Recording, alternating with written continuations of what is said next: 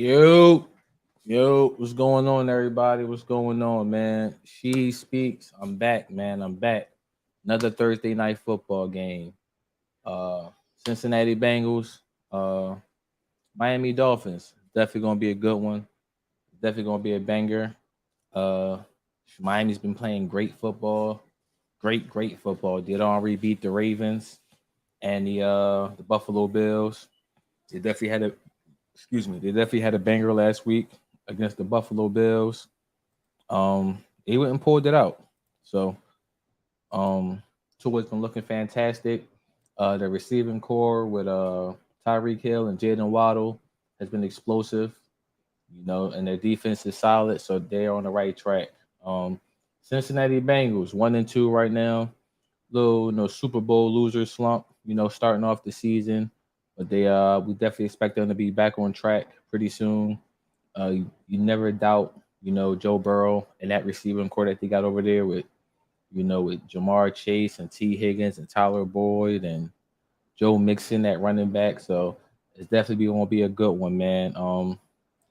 For my prediction today, I got Joe Burrow and the Cincinnati Bengals winning. Let me see, 31-28. So we'll see what happens. As always, people, before we log in and bring the game audio in, go ahead and like the video for me, please. Subscribe if you guys want to, check out my latest content. I got, shorts coming out. I need to be more consistent with that, but it's here nor there. But yeah, man, like the video, subscribe, tune in. Let's join the family. We definitely gonna be doing this all season. It's our fourth week of football now. Hopefully basketball gets started pretty soon. We'll be tuning into some of that. And Major League Baseball postseason will be starting soon. So we definitely should be live a whole lot more, in the coming months. But yeah, like the video, hit the subscribe button, and I'm gonna go ahead and bring in the game audio now. Let's see here. Down to the field we go, and Kaylee Hartung. Kaylee. Hey there, Al. While the league and the players' union investigate the handling of Tua Tagovailoa's concussion evaluation this past Sunday, Tua maintains his head was never the problem. It was a back injury that he suffered earlier in the game. And he says his back affects every aspect of his quarterback play, from handing the ball off to throwing it. However, in pregame warmups, Tua showed no sign of discomfort, and along with the Dolphins medical staff, we'll just have to watch him as the game goes on. Meanwhile, the Miami defense will have to dig deep too. That unit was on the field for 90 plays in extreme heat Sunday, and safety Javon Holland, the only Dolphin to play every snap, told me the most important element to his recovery this week was sleep, and said he is ready to approach this game with what he calls fierce intention now.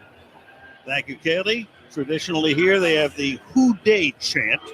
Who Dey going to beat them Bengals? You got Isaac Curtis, great receiver, 12 years with the Bengals back in the 70s and 80s. Billy Anderson, great left tackle in the late 90s, early 2000s. Stadium filling up. Their Bengals, of course, the reigning AFC champions. A lot of white tonight. It's a whiteout Thursday. The Bengals will also be wearing white helmets, white uniforms. Them white uniforms is crazy. Have won the toss and have elected to Them white uniforms is and back deep is Chris Evans. I am enjoying this to nice. Receive the kickoff. I'm going to fire, man. I ain't gonna hold. Jason Sanders has been their kicker for 5 seasons now, one of the best in the league. And he will get us started as we begin week number 4 of the 2022 NFL season, and we begin on this 60-degree night with a touchback. Joe Burrow. His numbers this season, very rocky start for him. 6 TDs and 4 interceptions. The rating is well below the league average, and he's been sacked 15 times already with a revamped offensive line that still has a lot of work to do. Bengals come off 2 losses at the gun. It's our first time tuning in to each team, so definitely should be a treat. In the Meadowlands over the Jets. And they start on the ground, and they start with Mixon picking up a couple up to the 27-yard line. He goes second down. Zach Taylor is in his 3rd year as the head coach here. He was on the Miami staff a number of years ago under Joe Philbin. Spent one season at the University of Cincinnati, then went to Sean McVay with the Rams and got the job. And he started out very slowly with only 6 wins in 2 years. But last year, of course, he was on the sidelines in the Super Bowl. 2nd and 8. Burrow's first pass of the night. On target, a little short of the first down. Jamar Chase calls it in. And they will spot the ball at the 34-yard line, 3rd down and 1. This is one of the answers with an offensive line that is struggling to take care of. I'm gonna post the link in the chat. The 15 sacks. Let me know if you guys want to come up and talk live while the game is going on. Easy throw to settle Joe Burrow into the game against a young corner. Now you give yourself a chance here at 3rd and short. They go 3. It's posted right on top of the to the right posted side. right on top of the comment section. Come up in the gun. A lot of motion here. That's T. Higgins, the movement man, and the pass is caught, and that's a first down. So they pick up a 3rd and 1. They pick up a lot more out to the 46-yard line of Miami. That is Hayden Hurst, the tight end. Gain of 19. Now Higgins going in motion and has an outcut, holds on to Howard, the corner, and then it creates that opening over the middle there on 3rd and short. This is what Bengal fans have been waiting to see from Hurst. Big, athletic tight end, making plays and making it tough on the defense to bring him down after the catch. Got away from a Brandon Jones would-be tackle. Spotted at the 47 of the Dolphins. Quick pass. Left Good side. move. Nice move. Oh, you Higgins, tripped. who scored 2 touchdowns in the Super Bowl, and he picks up a first down. Well, again, this is the game within the game is Miami's defensive coordinator, Josh Boyer. It's in their DNA. It's who they are. It's what they did last week to Josh Allen. They're aggressive. They blitz. Nice job by Joe Burrow seeing an easy throw to the bottom there to T. Higgins. Quick throw and a quick first down. Go no huddle here. They've worked on Xavier Howard twice now. Back to the ground they go. Keeping those legs churning, but only for a 2-yard gain goes Joe Mixon. 2nd down and 8. A lot of extracurricular going on in this, trying to get him on field track too. tonight. Only averaged a little under 3 yards a carry on the year. And there is Mike McDaniel. Comes over from the San Francisco staff, most recently under Kyle Shanahan. Started with Mike Shanahan as an intern back in 2005 at Denver. A surprising choice to head him up, but here he is at 3-0. He and Nick Sirianni, the only unbeaten coaches in the league right now. Yeah, and what a personality, right? I mean, I think the league is going to fall in love with him, and I know his team already has. Play action. Play action. Checks it down underneath. Hurst Good again. tackle. That's a late hit. Tackled a couple of yards shy of the first down, and the flag comes That's in. a late hit. Peter Coho, number 28, is there as the flag came in at the end of the play. Looked like Keon Crossan came in there a little bit late after Hurst was already down. Hit him late, beat 15 more yards on top of this. Personal foul, unnecessary roughness, late hit, defense, number 27. Penalty is half the distance to the ball, automatic first down. Trey Lake, first-year referee, making the call. And that will march them into the red zone. Doesn't it remind you of last week's opening drive against the Jets? This is an offense that was sluggish in their first 2 weeks. Early against Pittsburgh and Dallas, dug themselves a hole. We're determined to get off to a fast start against the Jets. Went 11 plays, 75 yards, and a touchdown on that opening drive a week ago. And never looked back. Yep. Yeah, man, coverage. First down now from the 14. Offside. And you got a whistle before the snap. Last week, what they did is they won the toss. Teams almost always defer, but they took the ball and it paid off. Taylor said we needed to start clean and fast, and they did. Neutral zone infraction, defense. Yeah, I figured that. I saw the offside. And that's one thing that Zach Taylor would tell you that last year, an aggressive mindset with play calling, not backing down, getting off to a slow start at 0-2. Everybody thought they're going to start to be conservative. Instead, they go back to what worked last year, late in the year, be aggressive. And that's what they're showing again here early on this opening drive. Only 5 out of 10 for touchdowns inside the 20, which is below average. So 1st and 5 now. Burrow to the outside and incomplete, and looking for a flag and not getting one. I thought he was held. God damn. Coho covering on the play. 2nd and 5. Yeah, Coho is an undrafted free agent rookie, Texas A&M Commerce, and you will take that matchup every time into the boundary with a veteran like Tyler Boyd. He's got enough room to work. He's just trying to hit the back shoulder fade. Pretty tight coverage. Ball just didn't really give him much of a chance there. Ball thrown a little bit too far to the outside. 2nd and 5. Up top on this play. Mixon. Good run. Space. Good run. Close to a first down. Should have it Good at the run. 5-yard line. Close to it anyway. It'll be either 3rd and 1 or a first down. They're going to spot it outside the 5, so it'll be 3rd down. Watch Collins on the play side, but the backside guard, Volson, also pulls around. 71 right here does a nice job of establishing. Watch 67 come around. Nice kick-out block right there. That's a good and block. allows Joe Good Mixon to block, too. get underneath that.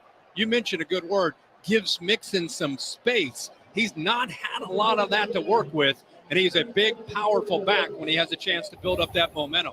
Wilson, rookie out of North Dakota State on that revamped line. This is the 9th play of the drive. 3rd and 3 inches. runs, 5 passes. Come up with a couple of tight ends and a whistle here. Play clock was all the way down. And was Taylor trying to call a timeout? Oh, yeah, he got his timeout, but I think he's frustrated with the officials. I'll say. Yeah. he giving that ref hell. God damn.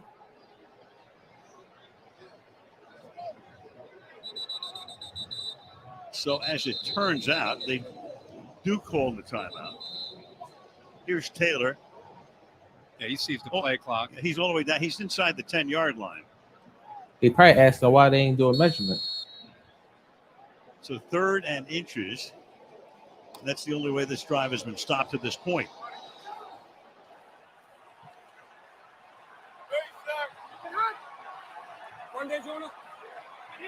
They running the ball. On the ground again. Nixon. And Touchdown. Nixon still on his feet. O-line wouldn't push me in. Hit initially around the 3 and just kept on moving. 9 plays, 75 yards, and 441. 2nd week in a row. Off to the lead of the Bengals. Boy, That's a that good right drive, side of man. that That's a real good offensive line drive. with some leg drive Nice and balanced. Gives him a chance. Good vision to cut that right into Javon Holland. This is what you love to see. A back and offensive line on an opening drive just determined Exactly. to break the plane and get the ball into the end zone. But give Alex Kappa a lot of credit. He stayed on his feet, too. all the way into the end zone for that touchdown. It's a good drive. Pearson for the Damn point good drive. after.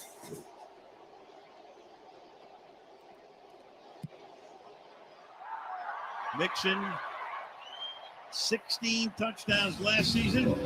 This is his first of 2022. And early on, 7-0 Cincinnati. Oh, copyright. All right, so Bengals on the board. 7-0. Real good drive, man. Real nice balanced drive. Offensive line did really well. Joe Burrow made all the right reads. So, as expected from a team that was just in the Super Bowl, that they look real good. So I'm curious as the game goes on. I want to see, what type of troubles they've been having, especially being 1-2 right now. What, is it penalties? They did say Joe Burrow has been sacked 15 times, which is crazy. We thought they had, resolved the O-line already, but apparently not. So, I want to see what type of mistakes they're making, how they look, reasons for them losing. It'll all come out in this game. It'll definitely all come out in this game. But I still got the Bengals winning 31-28. I think like a year or so, like last season, they had said on Thursday Night Football, 9 divisional games that's on Thursday Night Football. A lot of the times, I think like 9 out of 10 times, the home team wins, and I guess that's because, they're home. It's a short week. The Dolphins, coming from Florida, going up to Cincinnati, they had to travel. It just throws your schedule off. So they said most of the time the home team is going to win. So I think that's going to stay true today. Cincinnati Bengals look real focused. Look like they on a mission right now. But we get to see what Tua and his squad is doing. Our first time tuning in to the Dolphins. They had a real crazy game last Sunday. I think they only had the ball for 20 minutes last game against the Bills and still won the football game. So I'm curious to see we see what the defense is like. They got walked up and down the field. So I don't know if that's just fatigue and then playing on a short week too, which compounds the issue. But I definitely want to see what the offense looks like. I know Tua he didn't have a monster game last week. I think he only passed for like 198, no touchdown passes. So I want to see what Tyreek Hill and Jalen Waddle does this game, especially against Eli Apple. $1 million. Tom Brady has weighed in as well. Yeah, nice to see Tom Brady mentioning just happy to be back home in Tampa Sunday night. Yeah. All of our prayers, thoughts with the entire state of Florida and everybody impacted by that devastating storm. Tua Tagovailoa. All right, Tua, let's go. Let me see something. Here he comes, third year in the league, 5th overall pick in 2020, 8 touchdowns, 2 interceptions, terrific rating, second in the league coming into this game right now. As this guy looked like a different quarterback from the first 2 years in Miami, where a lot of people are questioning if he's the guy, is he the answer? So at least the first 3 games in this new system, throwing in great rhythm, in sync, in great timing with the receivers. Raheem Mostert starts at running back. Good run. Nice run. One-time 49er now with his 7th team and actually his second stint with Miami. Starts with a 7-yard gain, 2nd down and 3. Yeah, they will run that football to set up their play-action pass. Mike McDaniel has brought in, everybody expects him to run the Kyle Shanahan offense, and you'll see a slight difference. I mean, Tua, who's very, very more experienced and comfortable in the shotgun, but he does have an ability, continues to get more and more comfortable under center. But they'll mix it up quite a bit in the gun. As he put it to us the other day, a lot more comfortable right now than he was the last 2 years. Play action. Fires on target. Oh, he had Waddle streaking down the field too. To Miami for he could have get at the Waddle. Jesse Bates he could have get at the Waddle. The play action is going to impact the backers. The backers come up. Tua's feet are critical here because he knows as soon as he comes off play action, foot in the ground, ball is out. So he's made it very clear. Mike McDaniel's made it very clear to the receivers, be at the right depth. And when I put my foot in the ground, if you're where you're supposed to be, the ball's coming to you. Yeah, that's a good play. Hill taken out of the game last week by the Jets, picked up only 2 catches, and meanwhile they go to Jalen Waddle. And what a 1-2 combination this is. When you've got Tyreek Hill and Jalen Waddle, you have a ton. Oh, yeah. And here you have Ingold, who's going to come in motion and go down this sideline. You go down the sideline, you're going to impact, put a player in conflict. The corner doesn't know, should he wait outside or go to the inside where the speed is with Waddle? He sits to the outside because of that motion by Ingold, has to respect it, and it creates another big opening in the middle of that defense. 3 plays, 2 passes. First down from the 22-yard line. Sherfield is the man in motion, and that's deflected. And incomplete.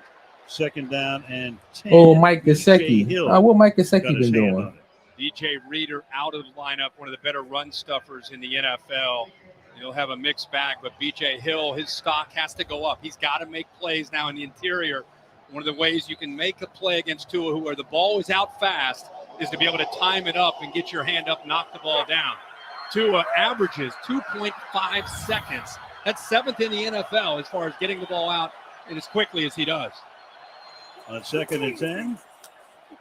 Good play. Good play. Good play. Picks up a first down here. Who's Trent that? Sherfield, who is that? Who was the recipient, in a manner of speaking, of the butt punt the other day, makes the catch here. Yeah, his offense looked real good. We talked about the relationship that he has with him. It's real quick. So just get your ball to your guy's hands. He's got his eyes right here on the edge of that defense. Comes down, he can either throw it out into the flat quickly to Tyreek Hill or go downfield where he decides to go to Trent Sherfield. So there's a lot to be able to get ready for as a defense because of how quickly they attack the pre-snap motions. They put a lot of players in conflict here, especially on the edges.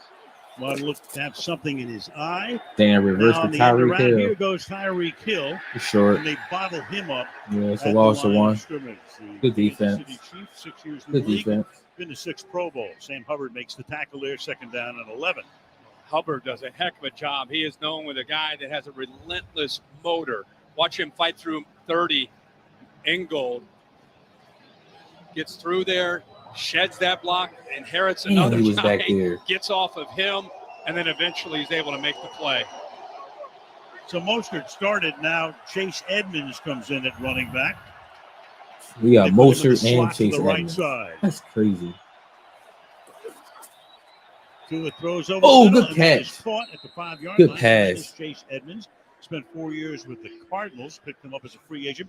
A lot of movement in the offseason by the Dolphins. Picked up some major stars, of course, starting with Hill. But Edmonds comes in, and they hope to have him as the starting running back, even though Mostert started. Third down. Yeah, everybody thinks Third about and Hill 4. and Waddle matching up against the corners, but you got to deal with the tight ends and the backs. And this time Edmonds against Pratt, a mismatch and good identification, but it does set up a big third down here. 8th play of the drive. That's Hill in the backfield. Yeah, Tyreek Hill, that running back. And Tua throws to the end zone. Oh, he dropped it. Incomplete. Wow. Edmonds had Come it on, Chase. And then dropped it. Yeah, you can't drop that, With Chase. the coverage on the play, but the ball is right there. 4th down. But the pre-snap movement again, which we'll be saying a lot of, they moved Edmonds out of the backfield, created some hesitation and doubt. Ball is bobbled, perfectly thrown ball by Tua. He thought he had the touchdown. You but got to Edmonds catch that, man. unable to hold Damn. it. He had him It was beat, perfect. was not able to execute for the touchdown. As Keith Jackson would have said, 6 points, want to waste them. They'll have to settle for 3 if Sanders can knock this one through. 23-yard attempt. And they go down the field, but can't cash in for 7. That's a damn shame. With 6:05 to go in the opening quarter in Cincinnati. The Bengals lead 7-3.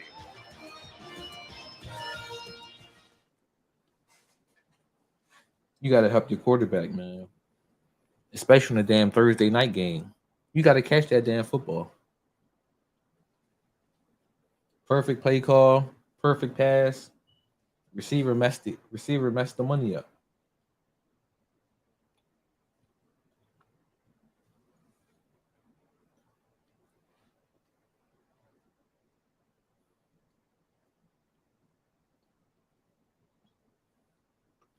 But yeah, it was a good job by the Dolphins, though. I definitely like their offense. It's fast paced. You got a lot of guys moving around, a lot of motion. You're probably gonna run the ball a little bit more, but they look good. I can't lie, they do look good. So Cincinnati up 7-3. I expect Cincinnati to come back out, drive the ball right back downfield again. Being at home, all white jerseys, it's no excuse.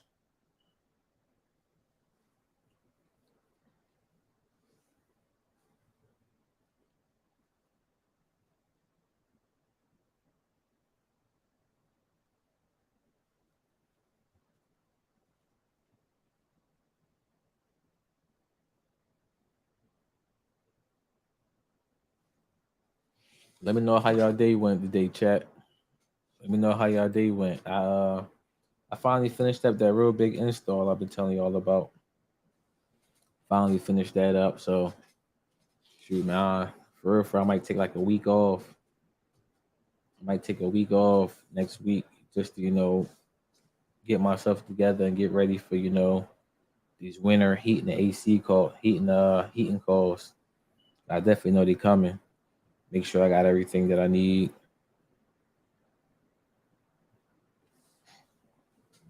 Talked about the offensive line and the makeover. So last year they go to the Super Bowl, but only Jonah Williams returns from that 5-7.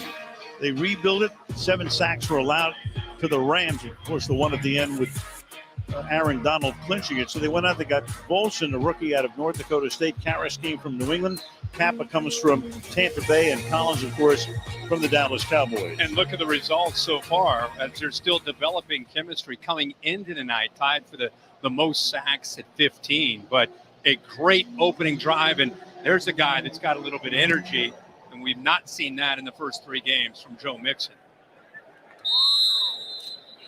And if you just tuning in, missed that opening drive, the Bengals moved the ball right down the field, 75 yards and a touchdown.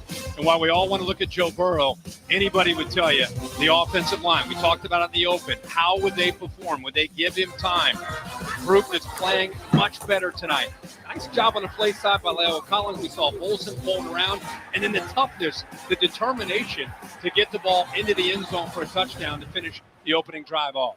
Very similar to what the Bucs did, or Kansas City did, and what the Bucs did to Kansas City by making Kansas City change their offensive line after that Super Bowl victory over Kansas City. Overthrew it. Incomplete here. Threw it high. Intended for He had to get it over the linebackers. Goes to Kaylee.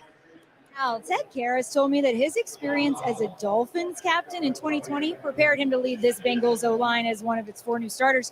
He didn't want to come into Cincinnati bullish and brutish. When he joined the team this spring, he told me he observed what's made this culture successful and has tried to add to it. After allowing 13 sacks in those first 2 games, Karras said limiting Burrow to just 2 sacks Sunday was a big day in their effort to earn his trust. All right, Katie, Karras in his 7th season, first 6 with the Patriots. Burrow hangs in the pocket, throws underneath. Here's Mixon. Damn, Mixon got right around you. Turn a 1 2-yard gain into about 7. Yeah. Duke Riley stops him there to be third and down 3 and 1 for the Bengals. And again, Miami is known as a blitzing, man-to-man, aggressive scheme. And I wondered if they would do that against Burrow and the great receivers that he has. Here, they're making him checking it down. Make him be patient. But, boy, what an advantage when you can check it down and Mixon can make a guy miss and almost pick up a first down on 2nd and long.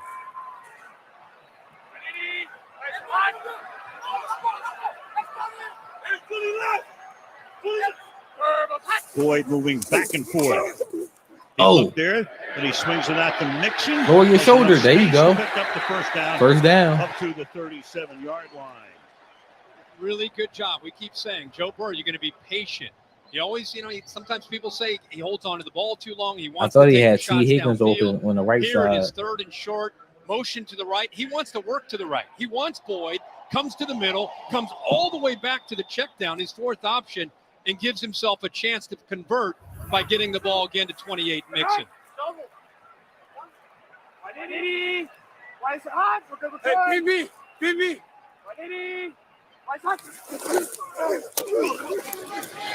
Mixon. Good run. Oh, he got tripped up.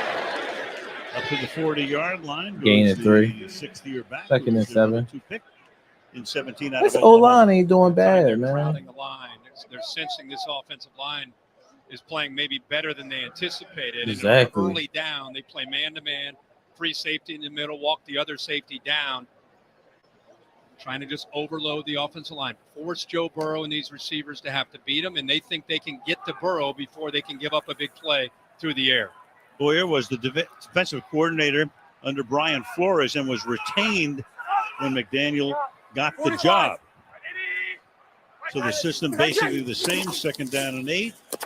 Burrow in the pocket, and when it's in, he tried to dump it off to the tight end. He overthrew it. The Dolphins, Kurt, 3rd and 8. the last year plus 3 games have blitzed 45% of the time. Yeah. By far most in the league. And let's keep, we're going to be talking about this a lot, but Mike McDaniel's dealing with a team, if you didn't see it last week, it was an incredible battle of wills. Second half, their defense was on the field forever. 90 snaps altogether as a team, as a defense, 95-degree heat. You could see guys needing help off the field after the game. Short week. We want to see how they can hold up tonight. You got tired just watching that game. Right. That was crazy. P. Ryan is now in the backfield. Swing him out. Throw it to him, and he drops it. Incomplete coverage was good anyway. That play was doing from the start. You could just see it. Step for step with him, it's 4th down. They walk up a lot of times, and they'll blitz. Sometimes they'll blitz. Sometimes they'll walk off. Here, they walk up Carter to create attention, and then he backs out, but it still creates a one-on-one with Jonah Williams, and that's Yeah, still Melvin Melvin Ingram. Ingram, still with that spin move God, at 33 he got years right old back in his there. 11th year, and is off to a great start for the Miami defense this season. Longtime Charger with Pittsburgh and KC last year, picked him up as a free agent. Kevin Huber to do the punting.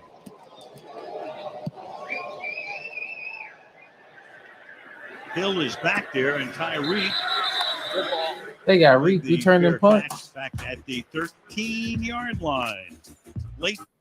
All right, so Cincinnati, a little stagnant on that drive, first down to 2. But you know, the Dolphins start sending that heat on their butts.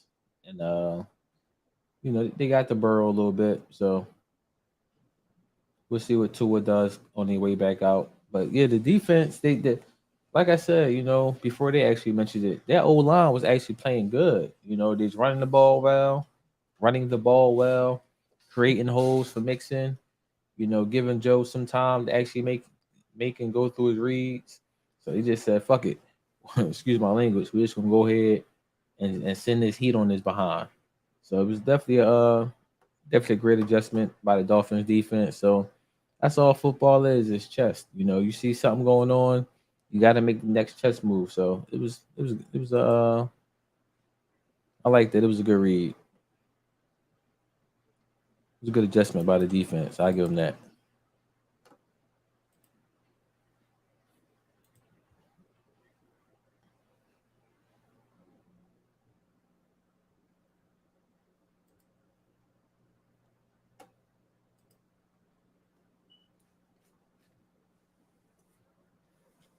Little commercial break right now.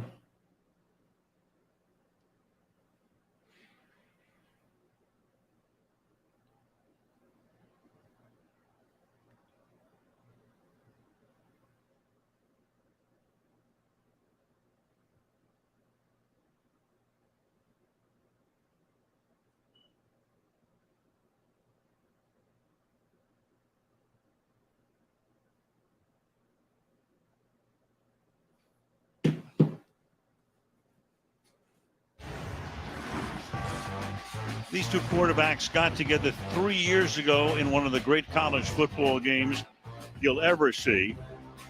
Up and down the field, each team goes. It winds up as a victory for Joe Burrow and company as they win the game 46-41. There were 33 guys who played in that game who are on active rosters right now. That is crazy. In the National Football League.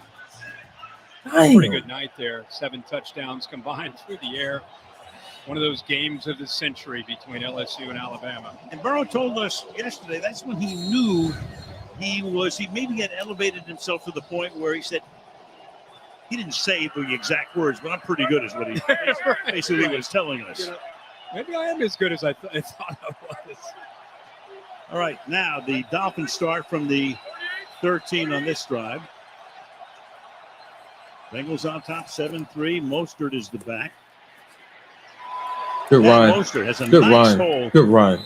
Picks up a 12-yard gain, but we have a penalty. Unless Ron be coming back. Get the call Damn, here hold it. from Trey Blake. Going to go against the Dolphins.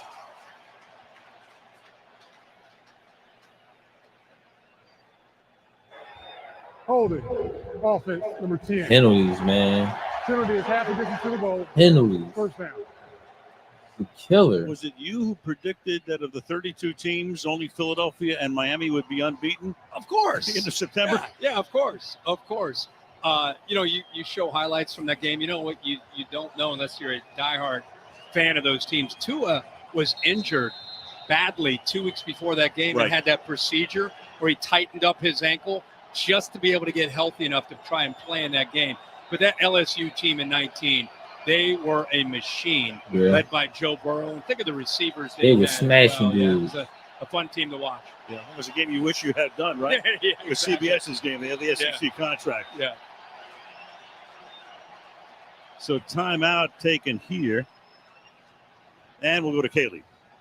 Wow, that LSU-Alabama game wasn't just validating for Joe Burrow, his teammate then and now, Jamar Chase. said it was validating for him too, and every guy on that team, like Justin Jefferson, Clyde Edwards-Helaire, just to name a few of these 17 LSU starters for that game who are 33 now on NFL players rosters. played on that game. Alabama took the loss, but 16 of their starters are now in the league too. Wow. Kaylee is a diehard LSU Tiger. No kidding. Yes. Sure, she was pretty fired up about that year and that team. From the Bayou. Even the timeout was taken there by the Dolphins. It's going to be first down and 16 after the penalty and the timeout. You and I talked all the week and even today about remembering the blind side is Greg Little, the right tackle, not the left tackle, Armstead, where they paid the big money in the offseason to bring him in. So we'll keep an eye on that right side along with Hubbard across from him. Swing pass to the outside. Here's Hill. Yeah, that is so interesting because a 4-yard the game. Armstead, Not too bad. you know, Tua was going to be the guy, but they have a new coach. And, of course, there was that tampering, in effect, with Brady, which led to the Stephen Ross suspension. They also were in the Deshaun Watson hunt, one of 4 teams. Yeah. So, you pick up Armstead figuring maybe I'll get a right-handed quarterback and you still wind up with Tua. Yep. And it is an interesting story the way it unfolded. But I tell you, I think they're very happy with where they are right now, with the way Tua seems to have really picked up this offense. We'll talk more tonight throughout the broadcast about Tua, the relationship with this staff, and how it's impacted him and has him believing in himself again. Play clock all the way to 0. Yeah, what is going on? Confusion with Tyreek Hill and the receivers. Yep. Timeout taken here again. Another timeout? Oh, you gotta take the penalty at that point. There ain't no damn way I'm blowing 2 timeouts in the first quarter on the same damn drive. Absolutely not. A play apart. Makes no sense. It gotta be something. It gotta be a wrinkle they trying to throw in there, or either they can't hear or they trying to throw something new in the game plan and it's not working. But I'm not blowing a second timeout a play after I just called the first one in the first quarter. It ain't no way at all.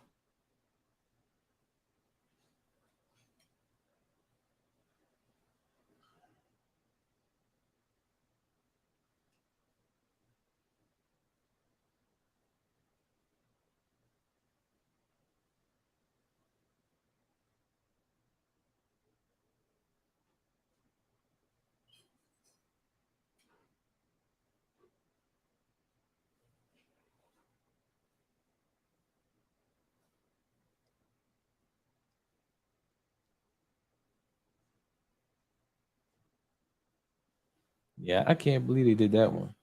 You don't call no timeout in that type of situation.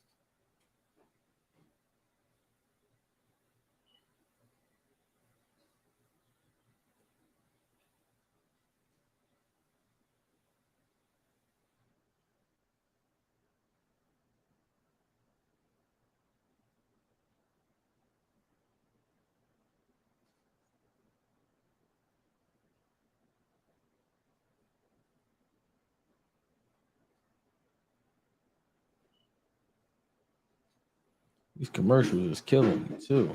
My goodness.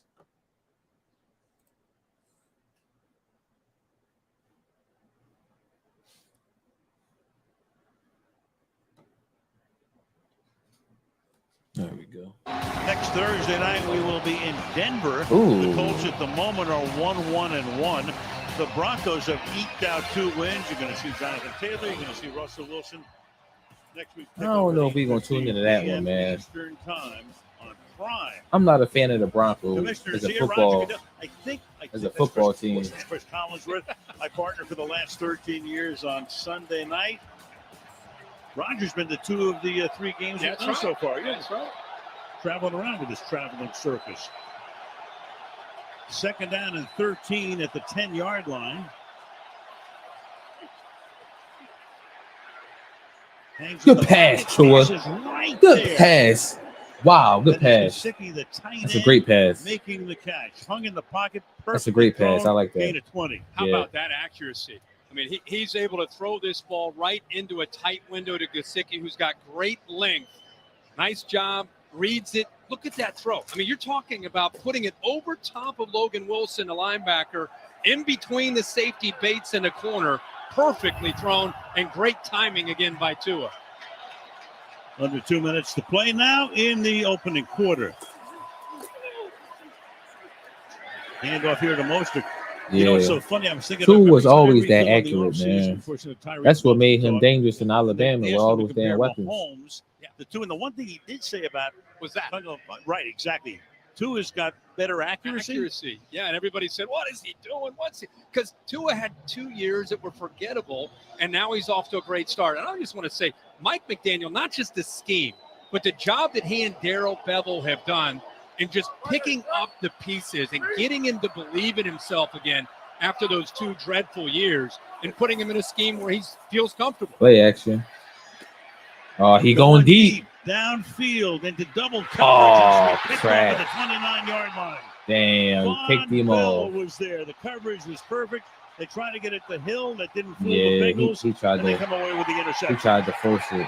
The one knock on Tua has always been the arm strength. If he's going to throw deep to these receivers, he's got to throw do it it early. I want Yeah, you to he got look to throw how it early. He looks to his right. Looks. Just throw it then he down. comes back and tries to throw a long ball. Underthrows the ball. Yeah, he and underthrew it allows like crazy. Von Bell to make the easy interception. If you're He got to throw it early. Hill downfield, it's 1 foot in the ground. Let it fly. Exactly. And because he hung it up, it gave Von Bell a chance to come back. Exactly, but the play was there though. Bell, the former Saint. Had that been Patrick Mahomes, third interception. Just see those eyes. He was. Had that been Patrick Mahomes, that'd have been right, touchdown. And then he came back just too late. Could not make that long of a throw. Then we start. Joe Mixon bounced it out. Good run, man. He's a solid running back. Good effort on first down. Eric Rowe trips him up, give him 7 yards, make it 2nd down and 3. Final minute of the quarter. This little jump cut there by Joe Mixon. Again, had the puller pulling around. He had a couple puller. Wilcox, the tight end. Volson, the guard, who's been very active tonight, moving around. And then he shows that quickness for a big man, bouncing that thing to the outside. Positive yards, again, on 1st and 10. 7 carries for Mixon, 24 yards for a guy averaging less than 3 per tote coming in. And that he had a hole. On his 8th carry, he stopped 1.5 yards shy of the first down. The interior of this Dolphins defense with Sealer and Wilkins has been tough for anybody in these first 3 weeks to run the ball, and especially into that interior. Bengals are holding their own considering how they have run the ball early this year. It's not been pretty. Will they run a play before the quarter expires? Nope. No, they will not. And then it's the end of the first quarter in Cincinnati with the Bengals on top of the Dolphins 7-3.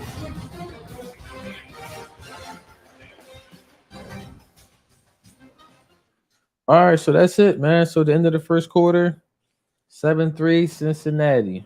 Yeah, that was a bad interception by Tua. I mean, if you're going to throw it deep, like they said, man, you got to throw it early. Got to throw it early, especially if you ain't got no cannon of an arm. Because Tyreek definitely going to get there. But, yeah, at any rate, you know, that wasn't really a good drive for the Dolphins anyway. Tua did have that one good pass to Gesicki where he put it right in the pocket. That was definitely a nice pass, but a 2 timeouts they burned. I mean, the delay of game, you know, the holding penalty. It was just too much going on that drive. So hopefully they get back on the field, you know, reset and get back to what they're doing on the first drive. But we'll see what the Cincinnati Bengals will do. They're running the ball effectively. They're definitely running the ball effectively. We'll see how, you know, the offensive line holds up once the Dolphins go back to sending that blitz again. So.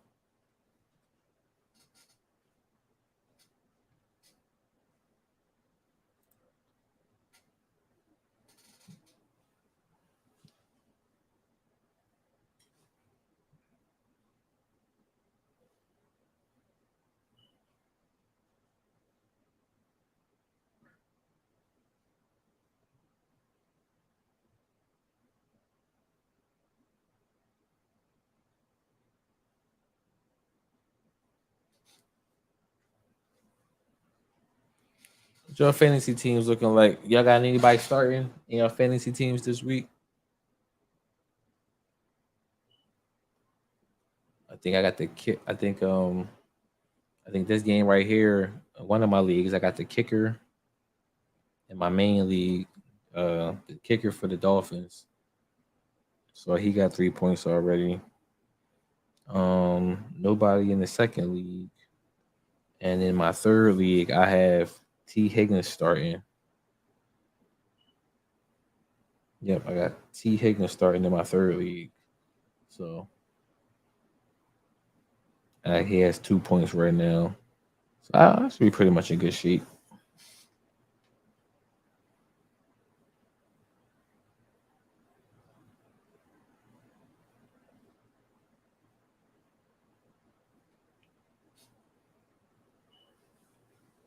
I'm living on the air in Cincinnati.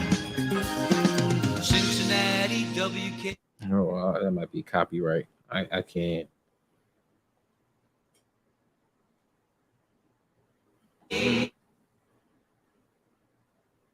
The Ohio, Al Michaels, Kirk Herbstreit, Kaylee Hartung in Cincinnati. 7-3. Bengals on top. It's 3rd down and 1 for the Bengals at their own 38-yard line.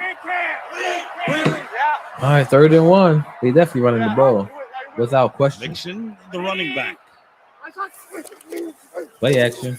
Play action, under pressure, gets it away. Don't run backwards. First down comes back, and now Wilcox. Good play. Backing up, Good play. picks up the first I don't like down. that running back.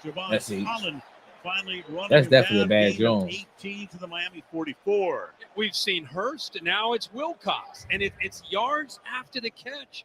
Gutsy call, fits the image of Zach Taylor, 3rd and short. They don't want to run the ball. Instead, he needs just enough time to dump that to the backside of Wilcox. And there it is, another broken tackle here. Remember, Miami didn't tackle well early. Game 1, it's been an emphasis for them to be better. But these tight ends are shaking these tackles off.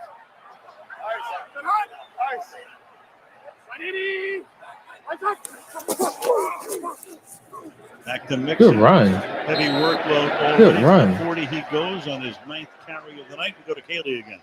Well, Joe Burrow's family is hosting a really special guest at the game tonight. Steve Insminger, who was Burrow's offensive coordinator at LSU, is getting to watch Burrow play in person for the first time since they won the national title together in 2019. Wow, okay. And Insminger told me he knew Joe Burrow's intelligence and football IQ were off the charts the very first time they met and watched film together on his recruiting visit at LSU in 2018.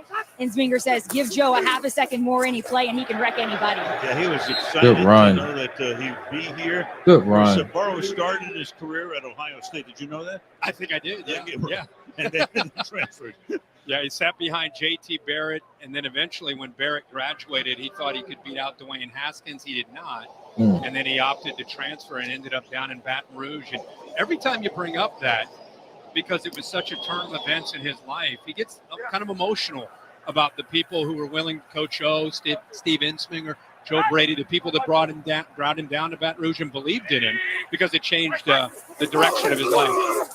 Good run. Good run. 3rd and 1. Good run. To the 33-yard line. So Joe Mixon in the first 18 minutes of the game, or less than that, 11 carries for 37 yards. And you can hear a buzz in the crowd because they're oohing and eyeing the offensive line getting a surge, especially on short yardage. Exactly. Now, you may look Good at run. a 4-yard carry, 3-yard carry, and Good say, run. what did he do? O-line's This is definitely an balling. offensive line, as Al mentioned with the graphic. Only returning starter is Jonah Williams after a miserable year protecting Joe Burrow. They're still developing continuity, developing that chemistry, and it looks a lot better tonight here early. 6 plays on this drive, 5 Play of them action. runs. Burrow with time. Oh! This is too high. That's a flag. Comes in. That's a flag. Asiasi, one of the tight ends, was the intended receiver. Why would you hit him? Popped him, You know you and can't it's hit definitely him. Going against the Dolphins. Now, Holland just sitting there in center field. He had time to pull off, and I think that's probably why they're going to throw this flag. He's got That's such out of range. control. What'd he say? No foul is what he said. What? With the mic breaking up, so it'll come back instead of a 15-yard penalty. Are you Back serious? It goes to the 33 to the displeasure of the crowd. And Terry, I'd love to ask you, we all as fans get so confused on anymore what is a hit that's illegal. All right, what's what is up with clean. that? What do you see there? Kirk, I saw shoulder to shoulder. I didn't see any forcible head. I thought it was late. At all. Okay, good. And they got it right. The ball is at the 33-yard line. 2nd down and 10. Burrow. No. Scrambles away. He can run. Out of bounds he goes. 4 or 5 yard gain. Not too bad. 29-yard line. Joe has great mobility, but I think what a lot of us like is his mobility within the pocket and how he takes care of the ball. So well coached on taking care of the ball, 2 hands on it. Anytime there's any kind of activity or a potential threat, he takes care of the ball, and then He could definitely run for a white guy. He's not going to give up on a He's play. definitely athletic. He gets out there, and he's trying to think of positive yards to give himself a better chance on 3rd down. What we got, 10? Short. 3rd and 5.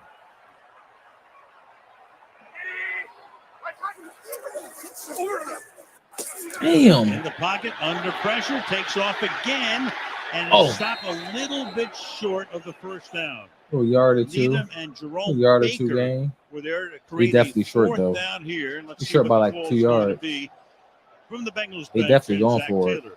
How in the world did he get away from that pressure? Exactly. Phillips got in there. They had him. Heartbeat. They But had him. somehow he sidesteps that and picks up some positive yards. I loved his line about, I said, man, you're getting hit a lot again this year. And he said, yeah, but it's disrespectful to the game of football if you don't get hit. Never heard that from anybody. Especially a quarterback. Mixon in. They'll go for it on a 4th down and 1. Toss. Toss to Joe to the outside. They shut that down. They shut that right down. Good defense. Stiffens. Eric Rowe is there. He makes Good the tackle. defense. And Miami will take over with 10 and a half No, you to don't. go in the first Good half. defense. And the Bengals up by 4.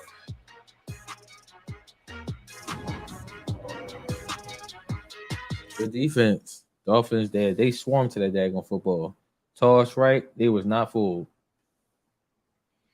All right, so, went for it on 4th down. Couldn't convert. Tua gets back on the field. They couldn't put no points up on the board. It might have been best just to go ahead and kick the field goal just to get some points on the board, especially after a turnover. But, Cincinnati is aggressive like that. So, what you going to say? That's good defense, though, by the Dolphins. I give them that one, especially on that stop. They started to actually get back there and start putting the pressure on Joe Burrow.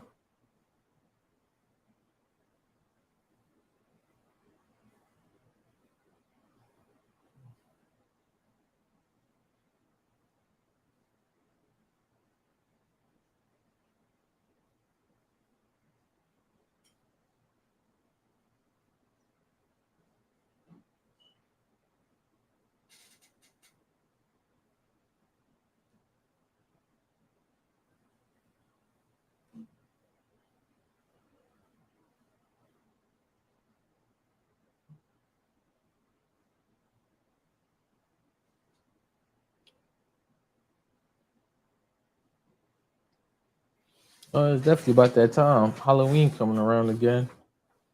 Time to get my candy stash back up.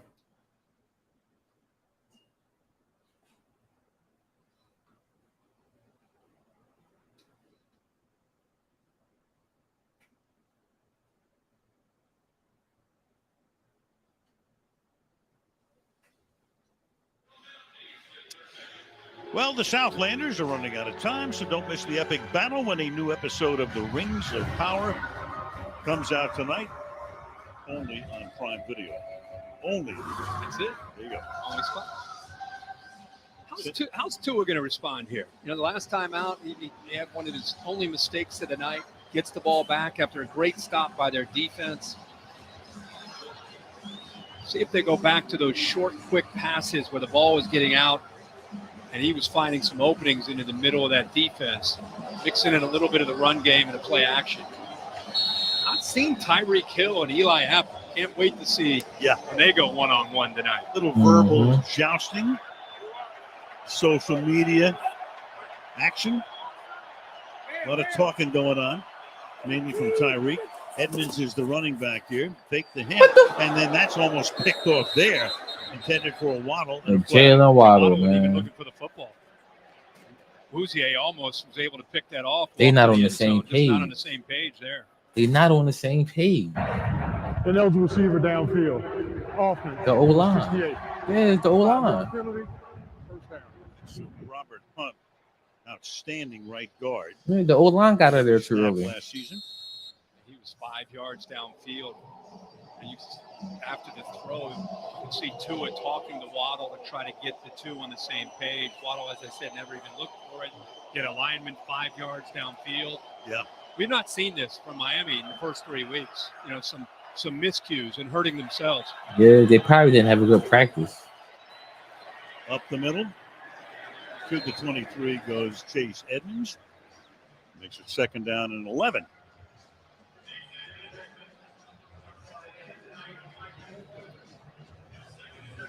Found it interesting on our Yeah, Zoom they're not on the too. same We page. talked They didn't have a about good being practice this empowered week. with his coaching staff. How hard he's been on himself throughout his life. His dad was tough That's on what him. His high school a Thursday coach. night football Nick game will do Saban to was you. tough on him. He said Mike's created a kind of a safe place where he's playing free, not robots, just kind of accepting mistakes and learning from them. Yeah, his dad was so tough, he sent him to Alabama instead of USC, where Tua wanted to go. That's right. Second and 11, that pass over the middle. There is Hill. Thank you. And the Put it in the cheetah, refrigerator for as he me. calls himself, Thank you. takes it up to the 40-yard line. Yeah, and the motion there by Sherfield, again, catch is the eyes of the linebackers and creates a nice passing lane. It's a good matchup with Tyreek Hill against Uzier.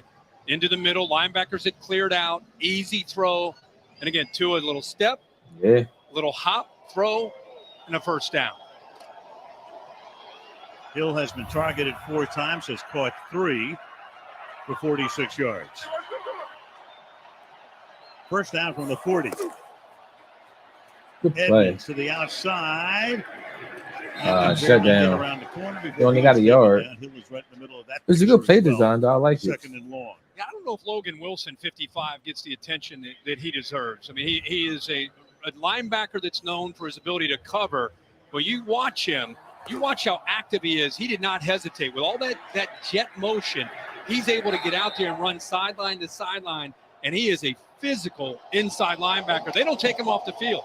It's rare to see a middle linebacker that plays on first down, second down, and third down. But he has that kind of skill set. It allows him to do it. And rare to Second see and 9. 7 interceptions in 29 games for a linebacker, 2 more than any other guy since that period of time, as Hill makes the catch and is taken out of bounds in front of the Cincinnati bench. 3rd and 3.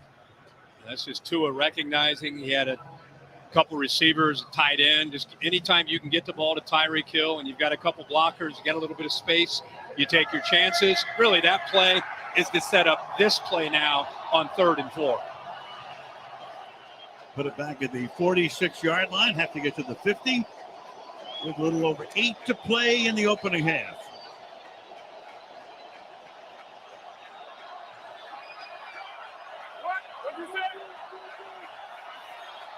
Tua empties the backfield. 4-man rush.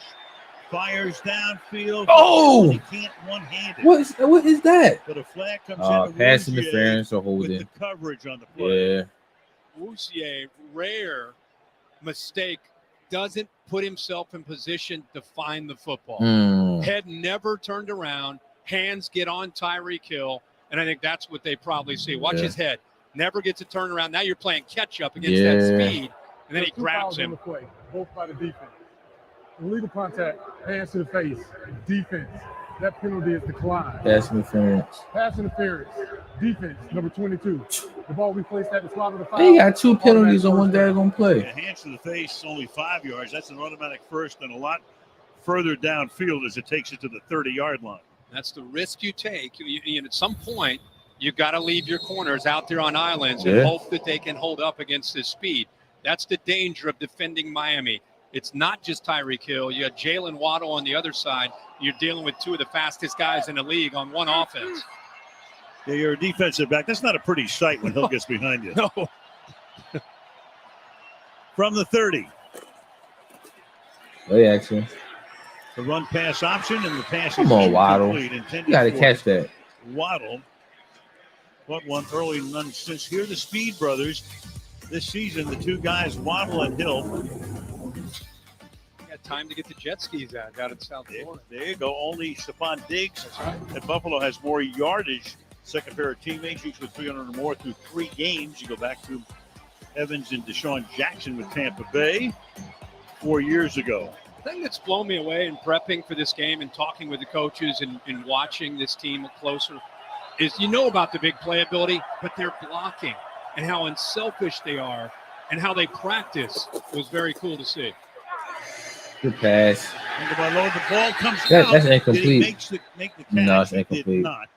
It's another drop by Jalen Waddle. Davis Oh, what is you Gaither, doing? They're covering on Waddle, who could not haul it in. What the hell is he doing? It's incomplete, 3rd and 10. Davis Gaither just reads the eyes there. That is a tough thing to do for a big linebacker to get into the middle where there's space against Waddle.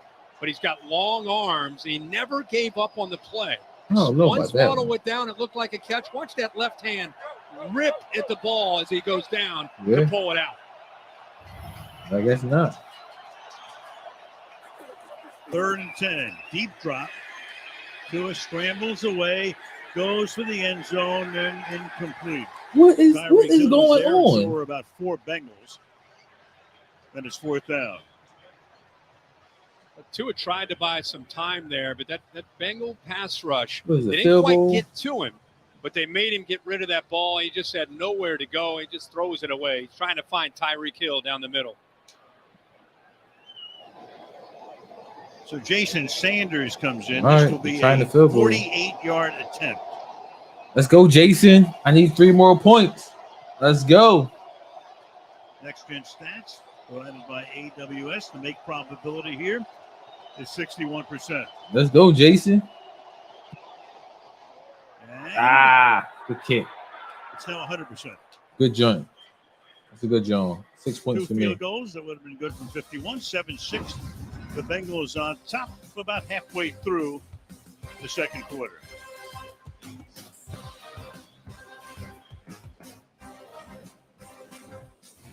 All right, so Miami Dolphins with a field goal.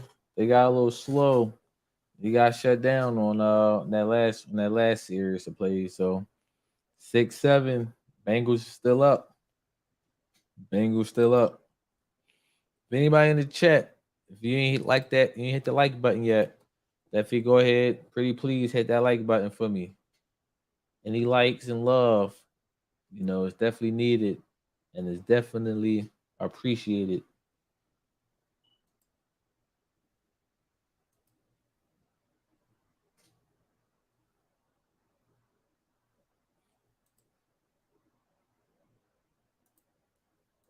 I know randomly you guys just be seeing me staring at the computer screen sometimes. A lot of times I be checking the back end, checking the analytics, you know, just checking out, you know, seeing what's going on, you know. Seeing how many times, you know, my video was shown. Yeah, I know I'm new to this whole YouTube thing. It's only been about a month now. So just really trying to learn the ins and outs of this stuff. Ooh. Yeah, really just trying to learn the ins and outs of, you know, impressions and views and getting the proper thumbnails right, you know. So that's all. You know, I'm really trying to figure out how to actually spruce up the stream and make it more interactive with everybody. Goes to the Denver Broncos training camp in I'm gonna definitely make it to where the video quality, is a lot better. Finds a new hat for Just him, trying to figure out and how then I'm he actually do introduces that. the assistant video director to his mother. They wind up getting married. And then years later, he winds up on Mike Shanahan's staff as an intern in Denver in 2005, and off and running he went. Mike McDaniel with Denver, been with a number of teams, including Miami. Spent one season, of course, in college. And I'll tell you what. You see his press conferences? Yeah. This is a very unique cat. Unbelievable. One of a kind personality, and he's authentic. He's Very. true to who he is, and I think that's why his players love him so much. And 3 short weeks, this team is falling in love with his approach and appreciate his way he coaches and his philosophies behind it. The taste of Mike.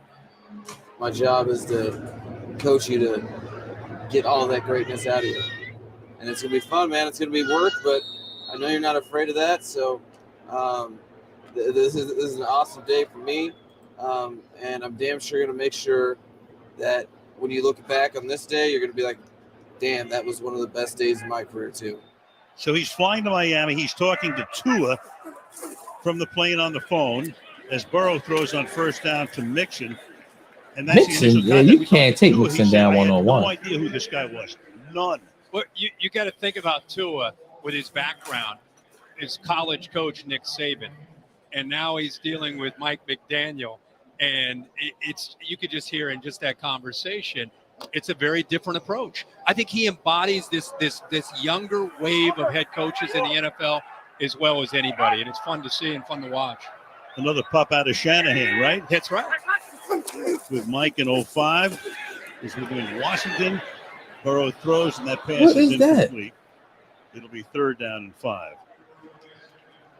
It's so funny, we talked about the fact Crazy how fast this daggone first half illegally been going past. Watson's in the mix, and they try to get Sean Payton as well. Yeah. Right? Yeah. At least talk to his agent. So you don't get any of them, and you wind up with McDaniel and Tua, and you're 3-0. It's incredible. It's one of the great stories in the first month of the NFL season, and they everybody you talk to, they all point to not just the XOs, but what he's brought as far as where they were the last couple of years and where they are now, and how different it is with the energy and the belief. And he loves to have fun. 3rd and 5. To the outside. Nope. That pass is short and incomplete. That pass rush is getting to Trying him, to get too. that to T. Higgins. That pass rush is getting to Joe And Miami Burrow. will get the ball back. 3 and out. His line about his job as a head coach is to serve others and to help others become 3 the and best out. that they can be. I mean, what a You're sounds giving like the a Dolphins simple another chance concept, to get back on the but field. just something that I think players really will rally around. Through wins, it's easy at 3-0, but I also think through wins and losses. Went to Yale, majored in history.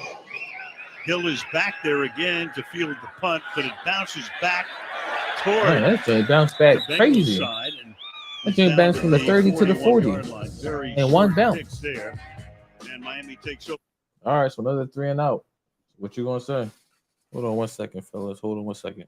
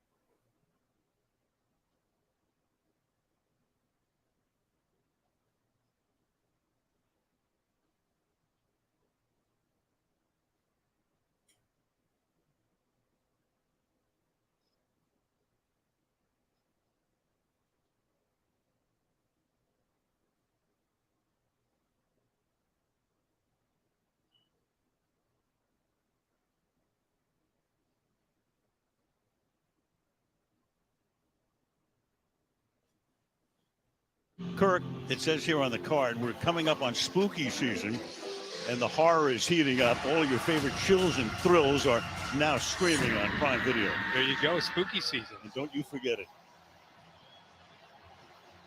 Right off the card. Downtown Cincinnati on a 59-degree night.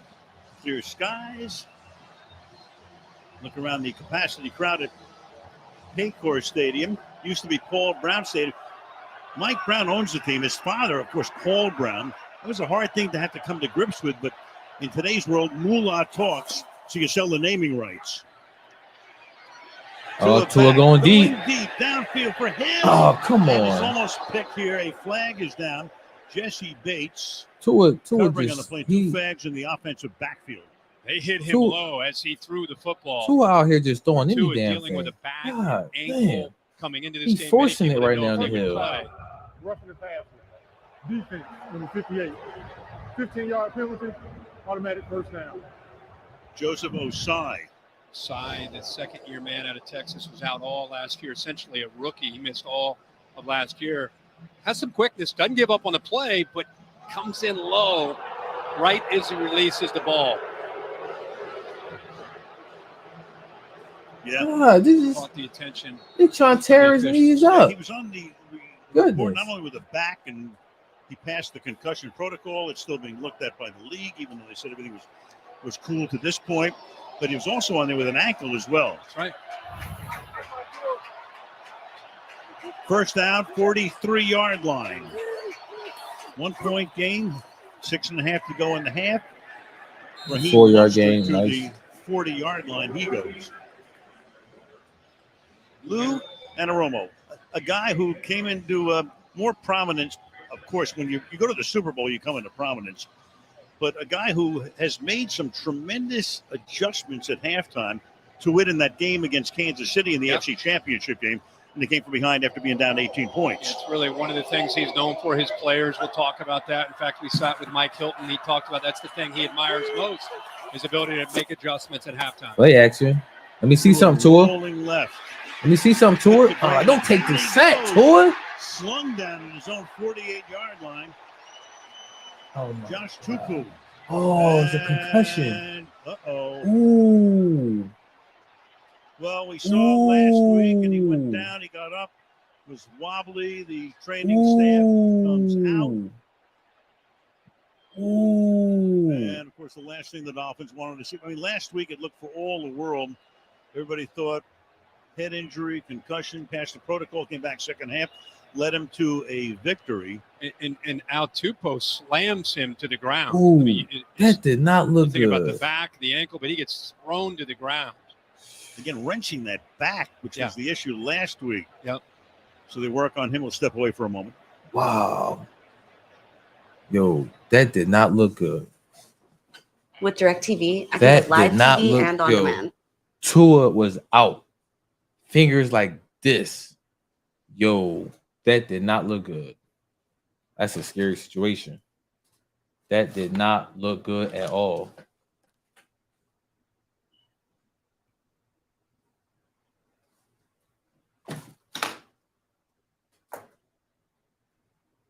Wow. That's gonna put that's definitely gonna put emphasis on that that investigation NFL got going on. How did Tua get back in the game last week? And then, being on the field again on a Thursday night football game, a short 3-4 days later. That's a bad job.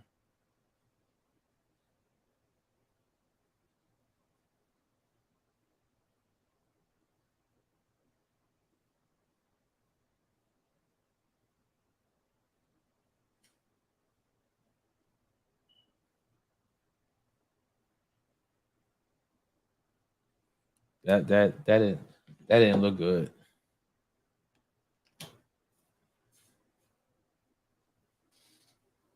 I wonder what they're gonna do about this one.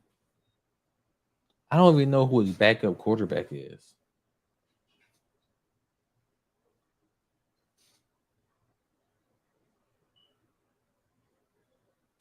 Sheesh, man. You definitely don't want to see that.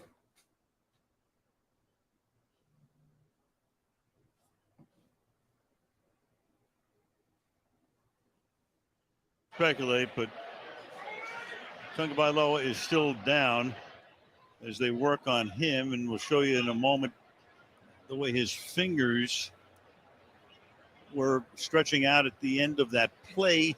Comes down on his elbow, comes down on his back, comes down on the back of his head. With serious force, he goes down. Right, and as he goes down, you could see both his hands. You just get right away, you get concerned. They're bringing a stretcher out right now. And he was brought down. I mean, a big man bringing 340 pounds, bringing him down with a lot of force right onto his back and on the back of his helmet. Off of the week that he had last week. I mean, he's just being a gamer playing tonight, trying to be there for his team. Could see the concern of the rest of his teammates. Yeah, that ain't look good. Take him back, and Teddy Bridgewater will come in when play resumes. Oh, they got Teddy.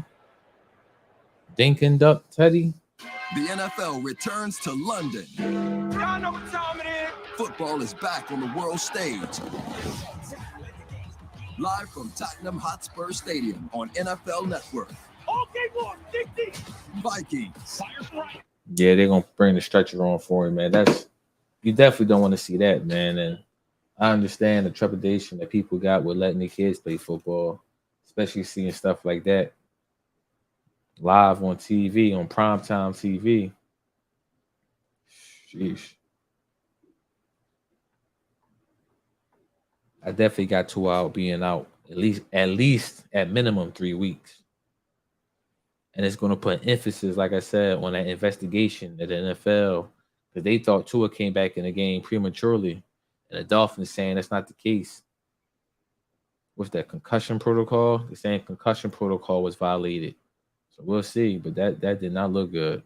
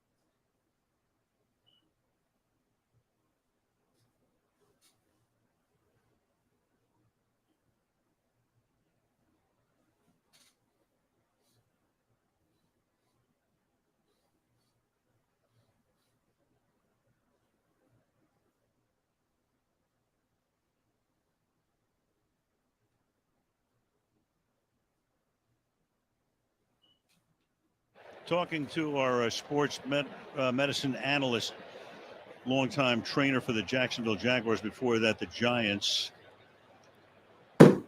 And Mike Ryan tells us they're going to keep showing it, though? He's watching this as you are as well. It's a neurological response to head trauma. So they're stabilizing him right now. Head hits the turf. Elbow hit first, then the head. And again, heartbeat, it just turns around just like that. Again, worth mentioning it. Very similar sack last week, or push from Milano, the Buffalo line, when he hit his head on the game last week. Yeah. See these players all huddled around him right now. Jalen Waddle, 17, and we saw earlier, he, of course, went to school with him in Alabama, has known him for a long time. See how concerned he is.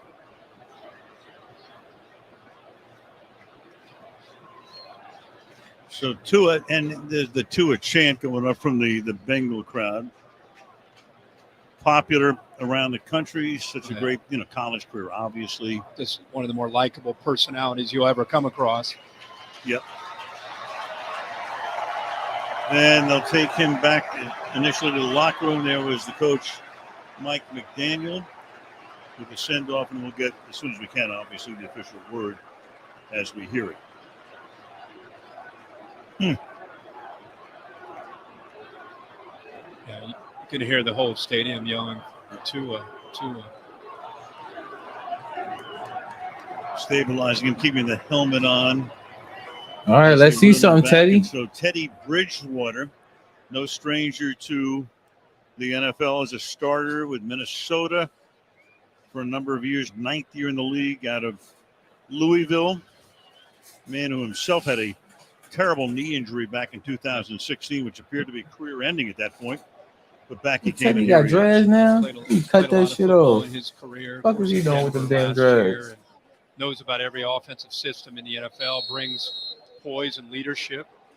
And this team, this offense will try to rally around number 5 here. He comes in on a 3rd and 17. Knowing that Tua was on the injury report, they did activate their 3rd quarterback, Skylar Thompson, a rookie out of Kansas State. So he would be the backup for Bridgewater right now. He is active. Rarely do you activate the 3rd quarterback. 3rd and 17. Outside. Go deep. Bridgewater. Go deep. Fires. Good pass. And that's going to be close to a first down with forward progress. Good pass. He hits Trent Sherfield, but they're going to mark it at the 34, shy by about a yard. He needed 17, got 16 on the play. Heck of a job of coming right in and making this throw on 3rd down and long. Tyreek Hill does a good job of clearing it. See the speed there on the inside? See the defender following him, opens up. And had Teddy through it a tad bit earlier, man. Step up away from some trouble.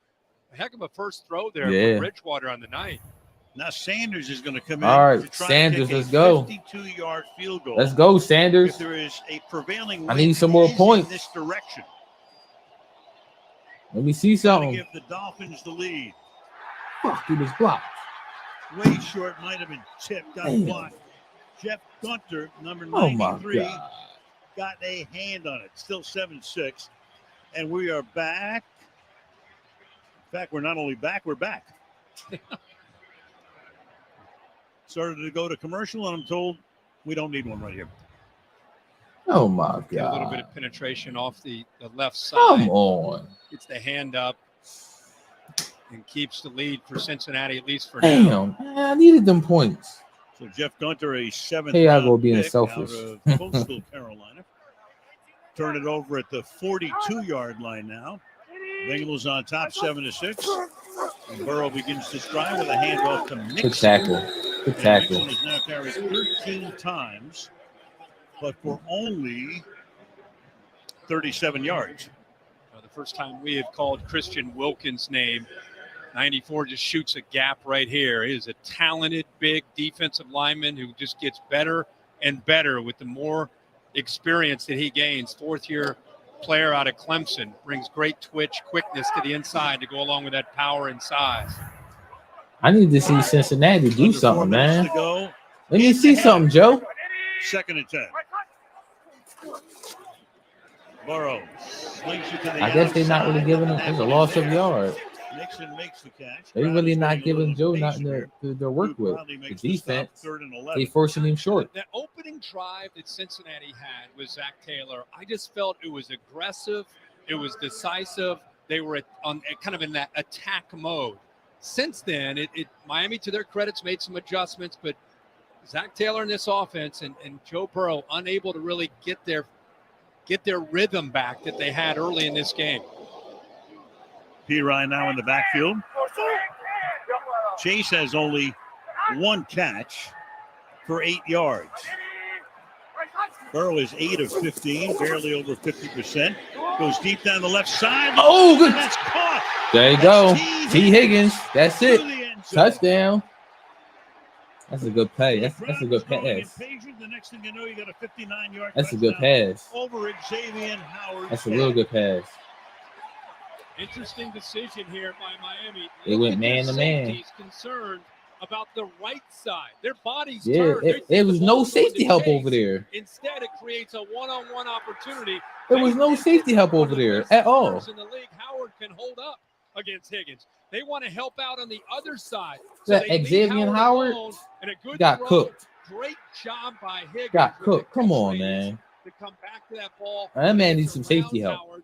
For that touchdown. And no fear picking on Howard tonight. Extra point. That man needs some damn safety help. Is good. So on 3rd and you go 1-on-1 and get cooked. 59 yards. That man need help. 6, and now we're back in 30 seconds. I got T. Higgins starting my other league too. It's a good job. Little Caesars is now the official pizza sponsor of the NFL. Let's go! Keep it hot.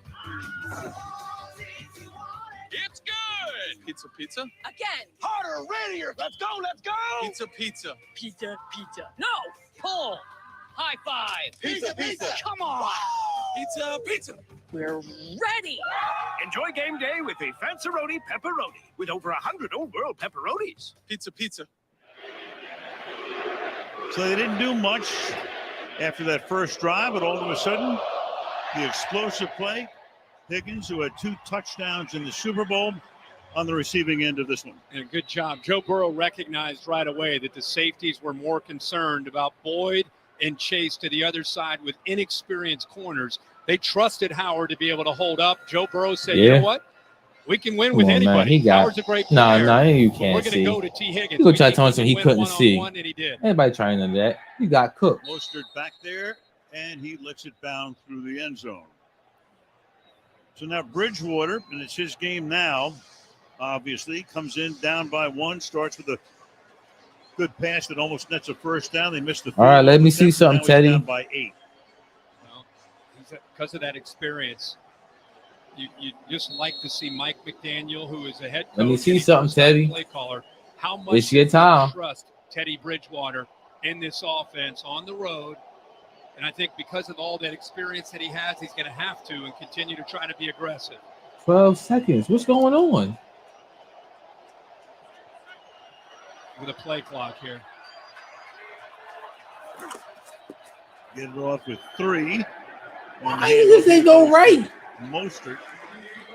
It's something going on with that play calling too. It's coming in late. Out of the middle of that defense, and you wonder how they're going to hold up against a Miami team that can move people pretty well, especially the interior. That's the strength of the Dolphins' offensive line, the middle 3. But you're seeing a pretty good job of holding the point. B.J. Hill, 92, who's got to take over. Look at him get extension with those hands, allows those linebackers to get downhill with Pratt and Wilson.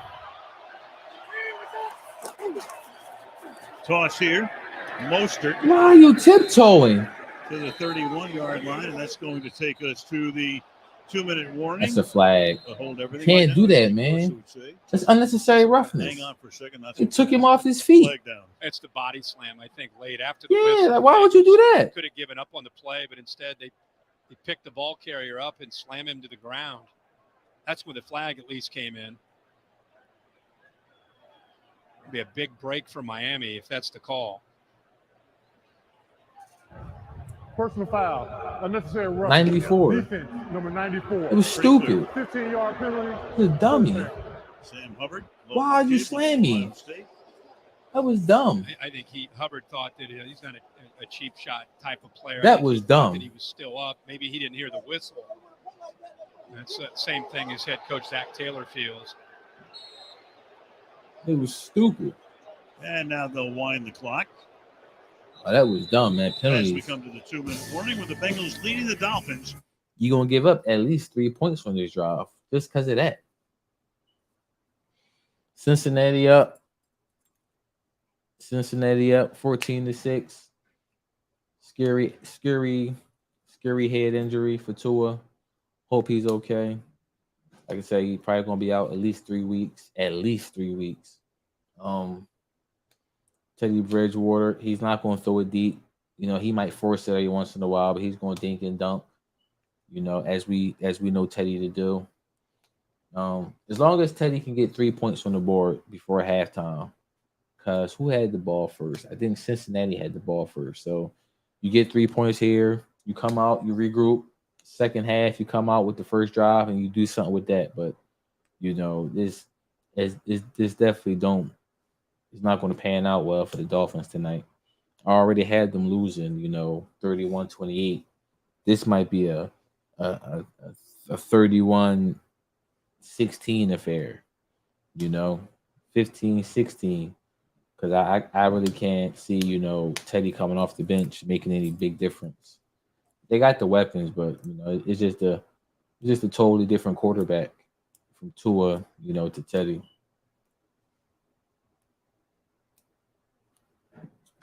We had 2-minute warning right now.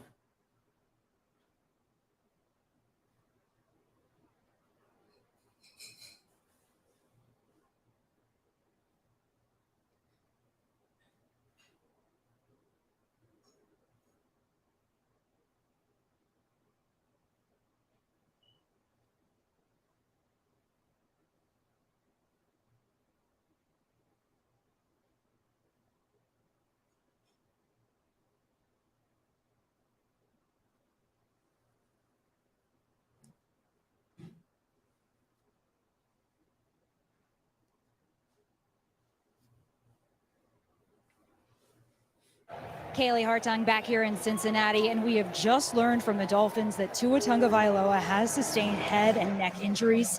He was conscious, we're told, and he has just been taken to the University of Cincinnati Medical Center here. That's 5.5 miles away from Paycor Stadium.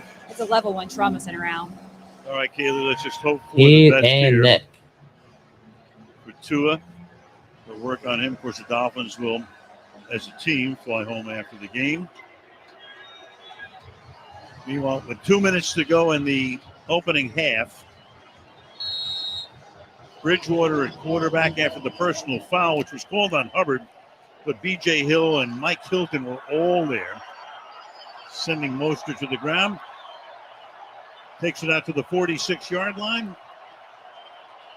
Only one timeout for the Dolphins. They've already used a couple in the first quarter, and that pass is caught. Jalen Waddle. And there he goes. That is That boy Waddle can fly, with a man. nice gain to the 35-yard That man can line. fly. Mike Hilton blitzed that time, and Bridgewater got it away. He gets it off before the blitz can get to him. Hilton hit him just as he let go of the football. But I tell you what, Waddle, relatively quiet night until that catch. Only one reception on the night.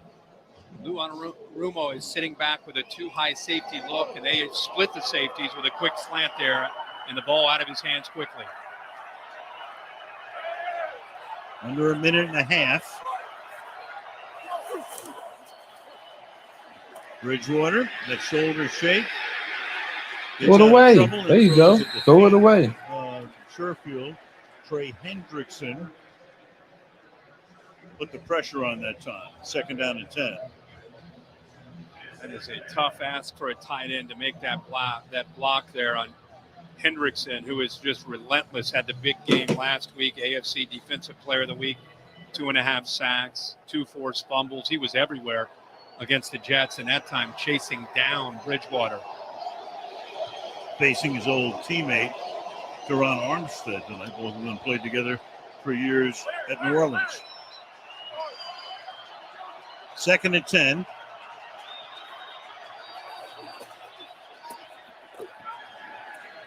Good pass. Good pass. Good pass. That's Tyreek. I like that play. Good pass. He takes the ball for a 1st down. And it moves the sticks at the 24-yard line. So you got action going to the right, but watch Teddy Bridgewater really sell it. You know, again, that comes back to his experience in this league. By selling that, it just creates a little bit of hesitation and a little bit of a doubt by the linebacker there that's trying to run with Tyreek Hill. It was Davis Gaither, but give the quarterback a little small little thing. All you need is a little bit more space for Tyreek Hill to pick up more yards for a 1st down. 5 catches for Hill for 62 yards. Bridgewater. Good read. Good read. And got out of bounds. Good read. Mostert makes the grab.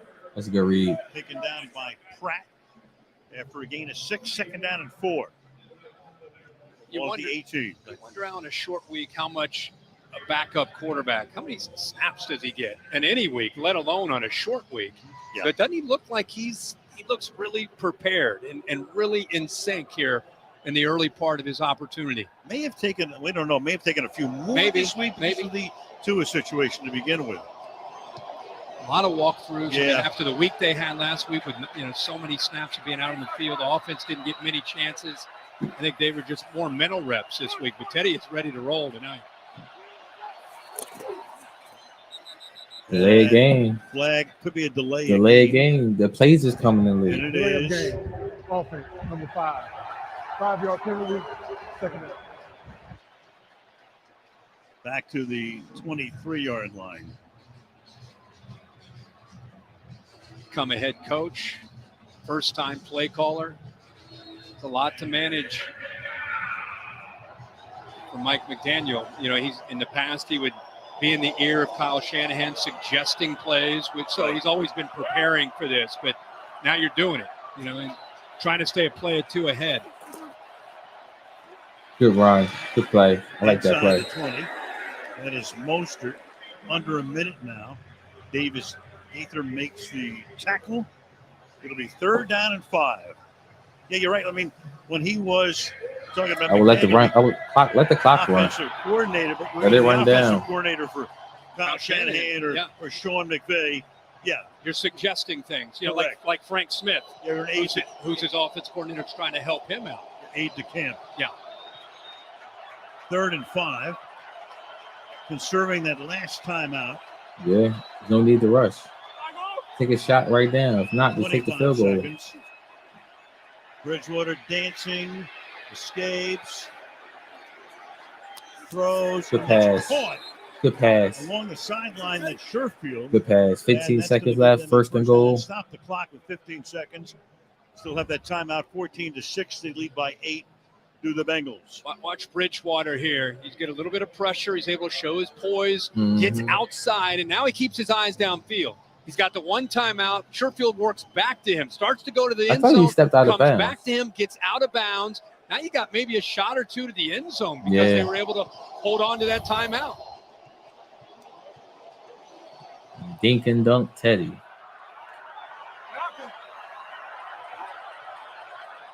From the 7.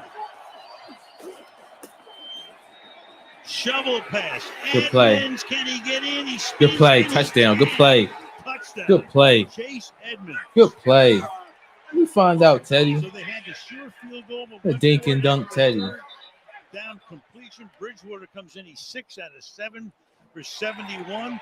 And it's a 2-point game. They going to go for 2? We just talked about Mike McDaniel as a play caller, and he calls a heck of a call. What a drive after the injury to Tua. Teddy Bridgewater comes in.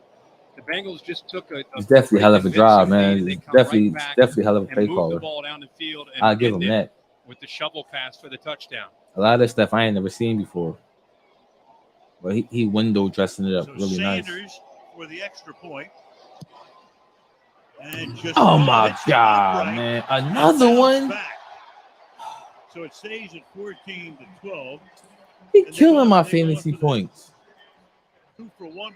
God damn it, man. Killing my fantasy points. Watch the linebackers. You roll left. They're concerned about Tyreek Hill. Where's the speed? Watch them react to the roll. So they're getting depth. They're sinking. Now you've got a couple linemen that get out in front, and then the effort by Edmonds to have the spin move and doesn't give up on it. Logan Wilson, great defender, kind of sinking. Now by the time he responds, you've got a couple linemen there that he's got to work around. But a heck of a call. Great timing there to use it at the right time. And Teddy Bridgewater leads the Dolphins down to that touchdown. As you said, deferring on the toss, winning the toss. They get the ball to start that second half. Yeah, get the ball back. The old 2 for 1 here. Yeah. 2-point game. That's a good drive, though. I can't even hate on that. Good call, Coach. That's a real good drive. Yeah, Coach McDaniel. Sure. Love it. There's Darrell Bevel, another experienced veteran on this staff. Frank Smith, the offensive coordinator. Darrell Bevel, who's been around for so many years, quarterback coach. You can see the job that he's done. There he is right there. The job he's done in getting Teddy Bridgewater ready to go as a backup just in case with the week that Tua's had.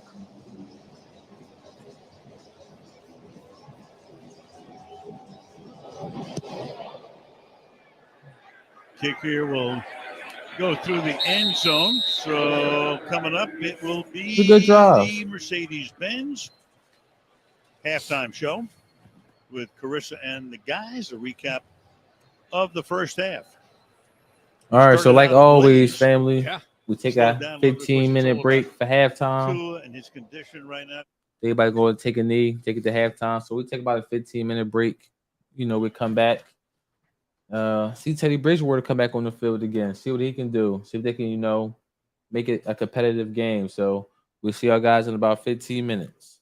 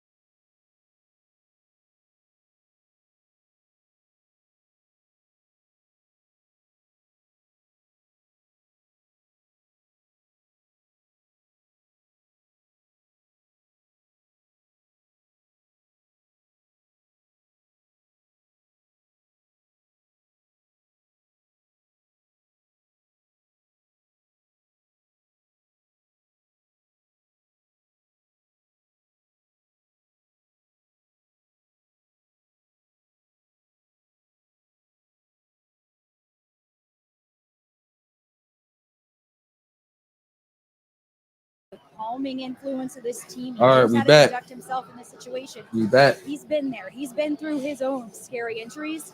McDaniel said the best thing that he can do now is get a win for Tua because that's what he wants. Yeah, for sure. There's really that knee injury a number of years ago. Mostert to run it back to the 24-yard line to his parents, Kaylee mentioned, from Hawaii.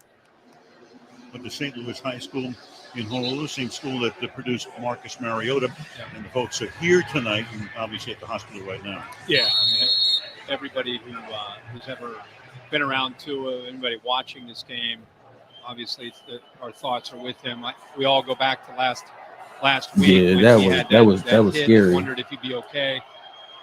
Kind of gutted it out just to get on the field tonight, and then he has this happen. So we'll see what Teddy can do to finish it. Little toss here, and tripped up in the backfield is Edmonds, who scored no that game touchdown in the waning seconds.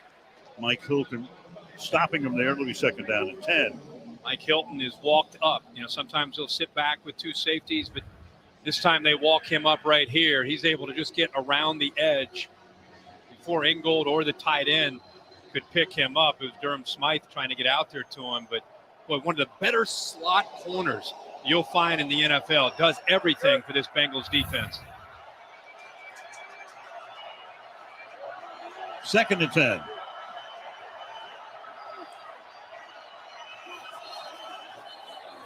Flag is thrown because it was a false start on the left side of the line.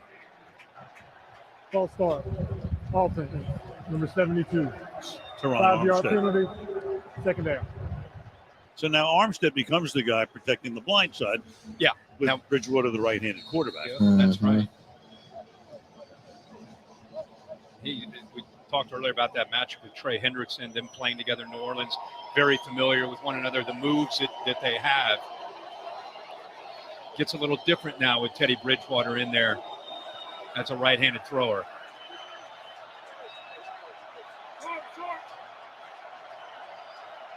Second and 25, second and 15. Bridgewater, He going deep. Drop, deep throw, and the Bengals are back there with Eli Apple, but he is out of bounds. He didn't catch that?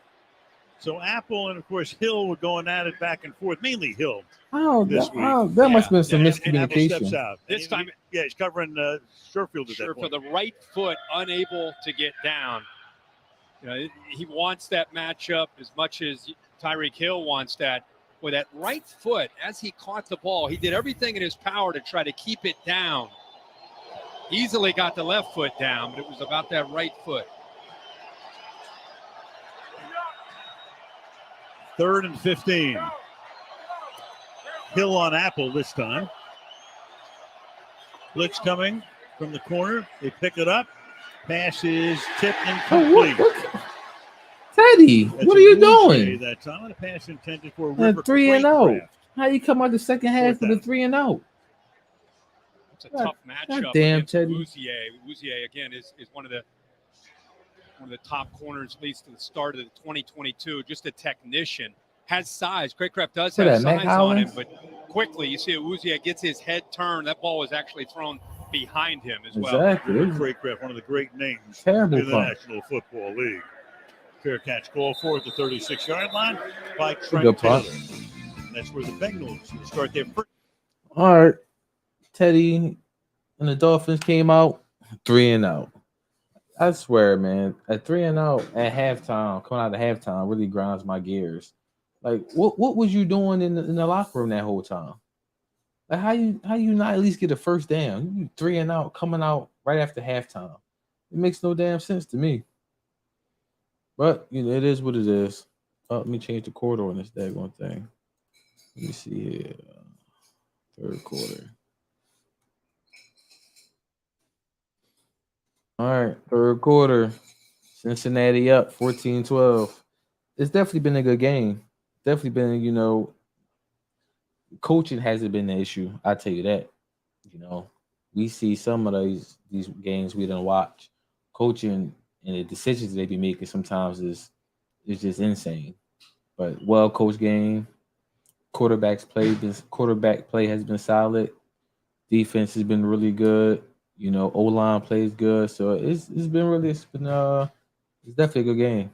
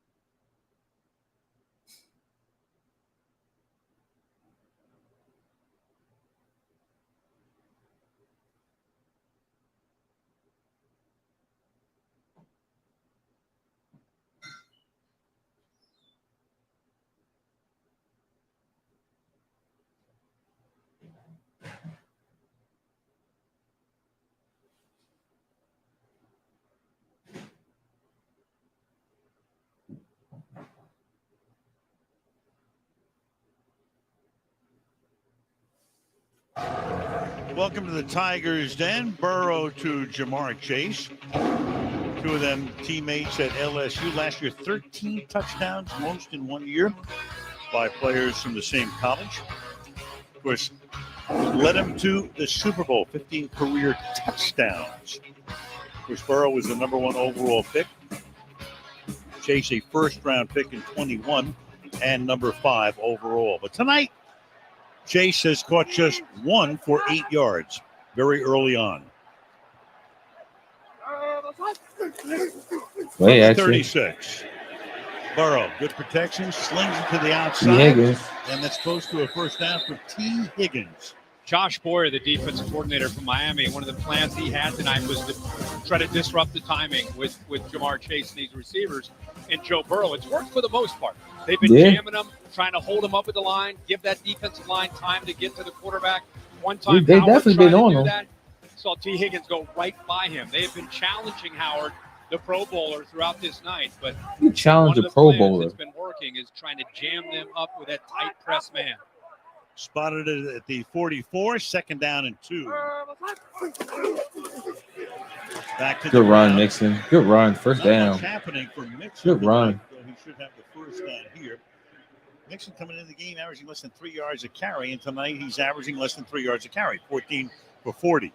Yeah, early in the game, it looked like he might get on track. They've been trying to throw the ball to him, just any chance at all to get his hands on the ball. But one of the things that, just showed you the graphic on Joe Burrow and Jamar Chase.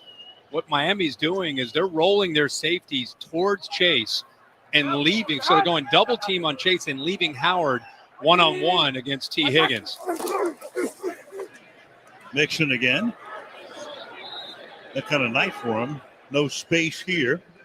Picks up 3, second and 7. One of the plans I think Zach Taylor had was, even though their running game has yet to really get going this year, with a Miami defense coming off of the game last week against Josh Allen in Buffalo in that 95-degree heat with 90 plays, short week, they still wanted to try to lean on him, lean on him, get into that third and fourth quarter and try to hope to wear down the Miami defense. Second and 6 from midfield. Burrow 10 of 17. Oh, that's they locked that. 18. He just got back to the line of the game with that one. Grab out the flat. Third and 6. Again, they are doing the press. They're jamming these receivers, trying to take away any kind of throws downfield. Joe looks left to Boyd, to Higgins, opts to try to just check it down, but quickly the linebacker play led by Jerome Baker, right in position, leveraging the football, nowhere to go for Mixon.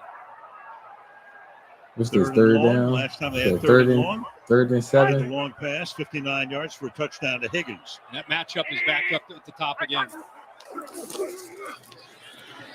And they done swallowed him up. He will go down. His face And mask. Joe says, they got my face mask. Face Let's see what mask. the Wow. referee Trey Blake says. Come on. Jaden Phillips almost got in for a sack, but the left guard, the rookie Volson, who's had a rough start this year, just had to hook up Who was it, and try to Holden? hold him away from his quarterback, and he locked him up. What is it? Holding, offense, number 67. That penalty is declined. Result of play, fourth down. Wow. There's That one. is really an athletic group. When you have Ingram that comes in, you Penalties, move Phillips man, as an kills you. outside guy inside. They get a lot of pressure without having to blitz with that kind of speed up front. Dolphins' first sack of the night, so on 4th and 14. Huber comes in for his third punt of the game. And Javon Holland Short drive for the Bengals. inside his 15-yard Can't get nothing going. Oh! Nearly blocked from the 8. Holland. Who is that? Where Tyreek Hill at? 14-yard line. Elijah Campbell almost blocked it. 10-11 to go in the third. 2-point game in the Queen City.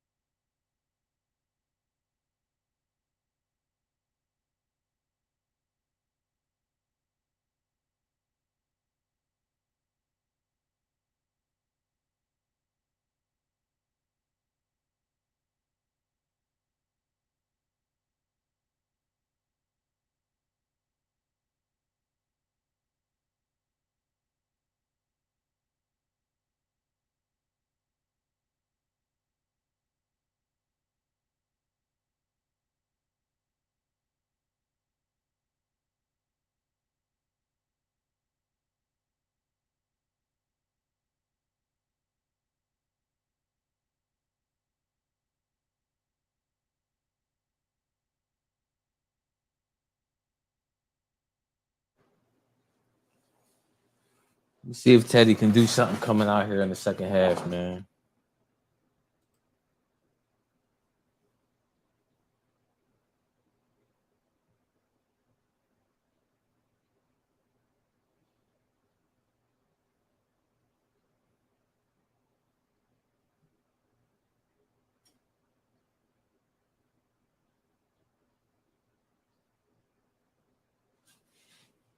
Any of y'all ever use that app GoPuff?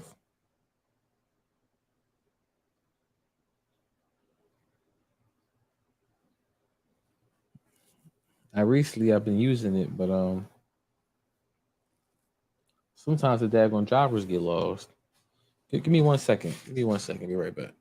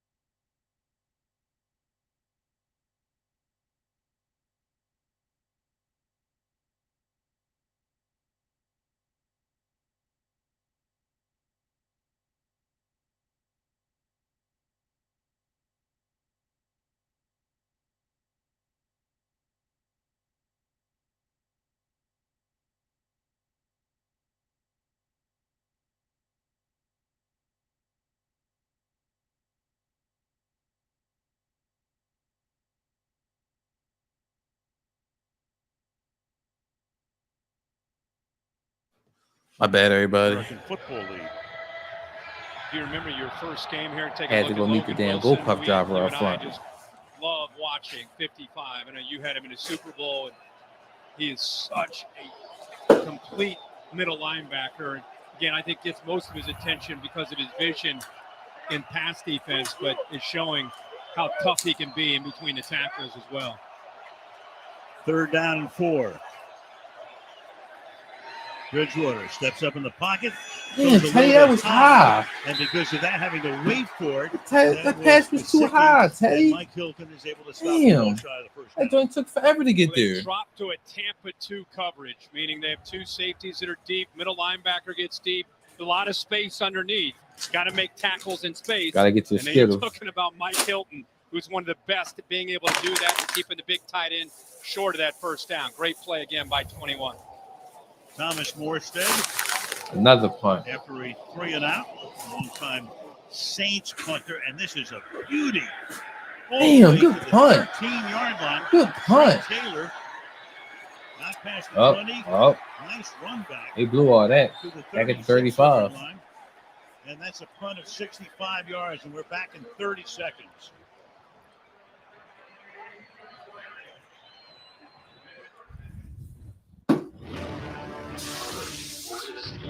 Guys, there's something on the ship. There's something with us here. What do we do? Get to the escape pods. Go now!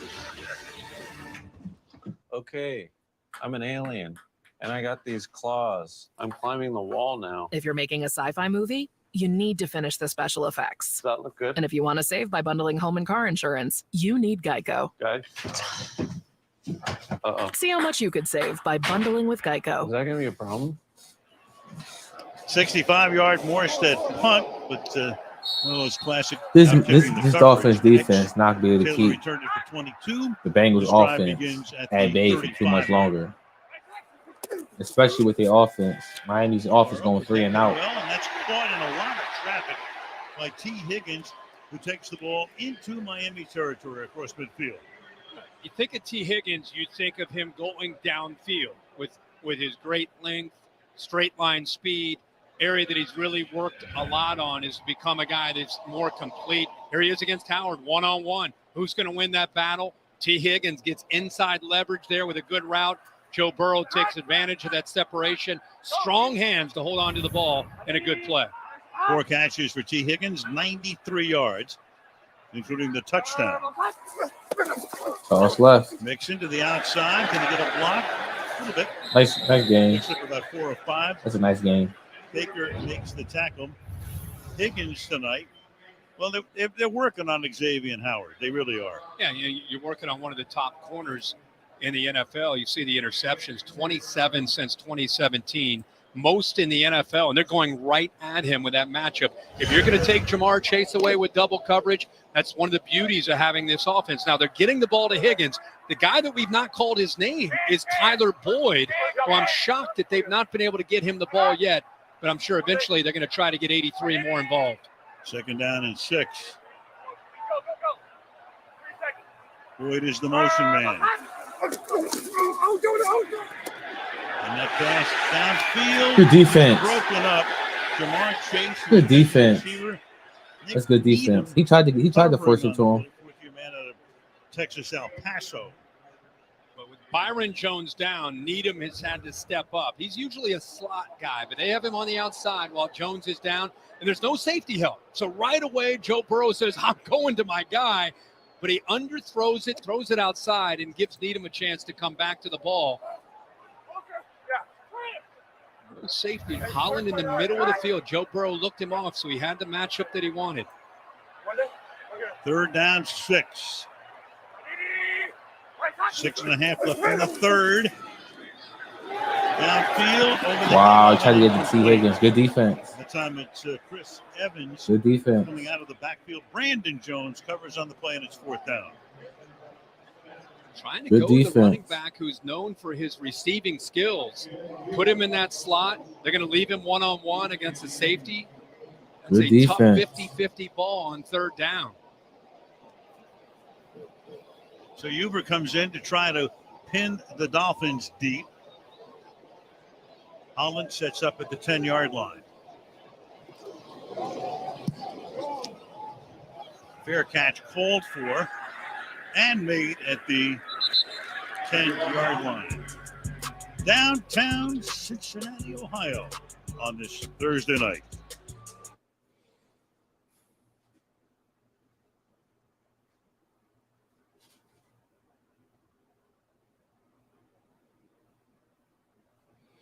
All right, both offenses been stagnant coming out of this daggone second half. Defense has been stepping up, I guess. So we'll see if Teddy Bridgewater can at least get a drive going. At least get a drive going.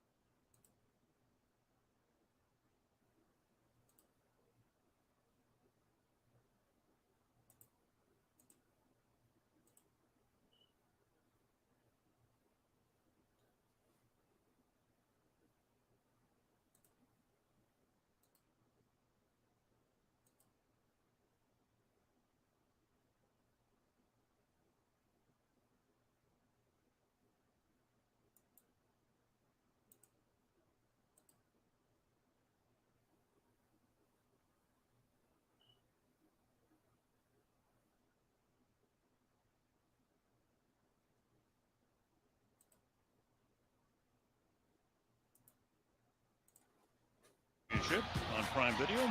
Non-stop martial arts action between world champions Shang and Lee tomorrow, 8 o'clock Eastern. Union Terminal here in Cincinnati. Temperature in the mid-50s right now as we wind up September on the 29th tonight. Final NFL game of the month. And the Dolphins trying to stay unbeaten, coming in 3-0. Cincy coming in 1-2. Bridgewater at the helm from the 10-yard line.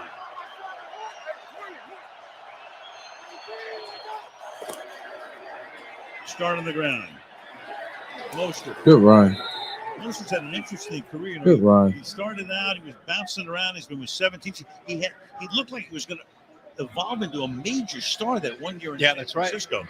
Had that tremendous game in the NFC Championship game against Green Bay. One of the fastest running backs in the NFL, and the good thing for him is so familiar with Mike McDaniel's scheme coming over from San Francisco. But a 4-3-7 guy, you throw him and Waddle and Hill all together, they're just continuing to find unique ways to get them the ball in space and give them enough room to do some damage. Big track star at Purdue.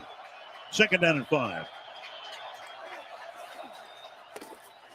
Off the fake, pass over the middle. Good read. Good read, Teddy. Good read. By Sherfield and a 1st down. The action here with a jet sweep, then you fake it to Moser. Watch the linebackers have to freeze. Just watch the hesitation. They have to see the jet sweep, the fake, and now the ball's out. Really well designed. Nice job of just sitting in that void, the soft spot there by Sherfield. Tua mentioned to us, even though 14 hasn't had a lot of chances, he's got a good feel for its zone or its man, and he and Teddy that time hook up for the 1st down. 4 catches, 55 yards. Bridgewater. He going deep. Airing it out, deep downfield, and that is the catch! On the rebound by Hill.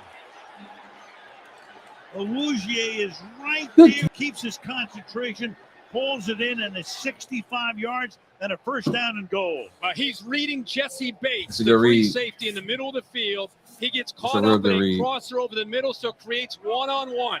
Speed against speed. Who's going to win?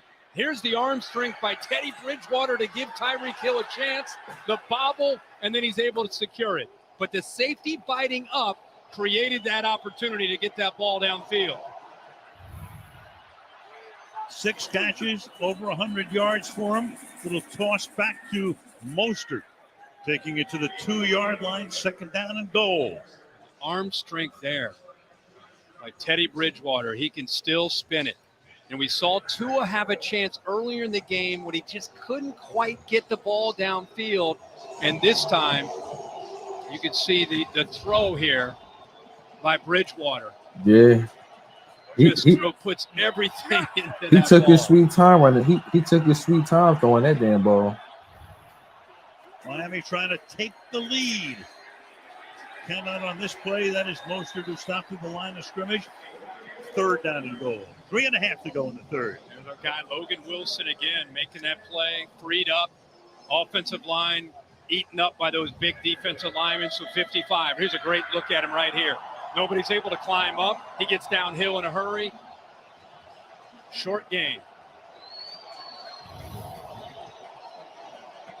Drive started at the 10-yard line. 6th play of the drive. 3rd and goal. 3rd and goal. Crowd in full throat. Hill lines up in the Give it to backfield. Mike Gesicki. This might be a run. Bridgewater surveys, spins away, extends the play, throws, and it's incomplete at the goal line. That's cool. Get your 3 points. Coverage on the play.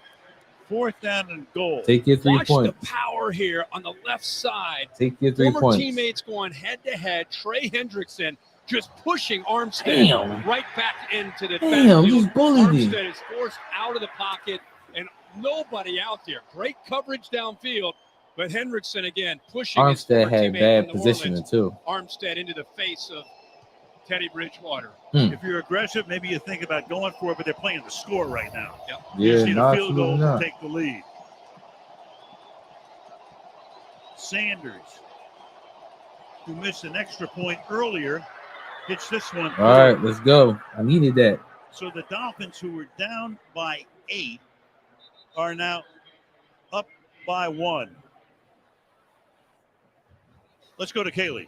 Well, Teddy Bridgewater told me pregame that he prepared for this game the same way he has for every game he has started since week 3, 2019, for the Saints against the Seahawks. And he points specifically to that game because 1 week before that, Drew Brees got hurt against the Rams. He injured his thumb, and Bridgewater was thrust into action then.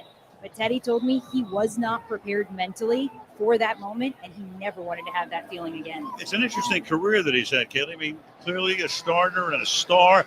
Had that devastating knee injury, but has bounced back.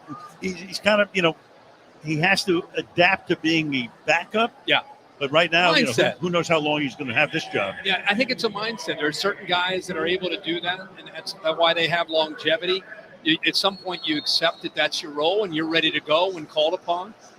I think that his teammates found out, respect Teddy. that, and boy, has he stepped in a very Teddy out here making circumstances it competitive, making it a little bit of interesting. a spark. If his defense can hold on for him, that'd be big. We go to the Rockies next Thursday night on Prime.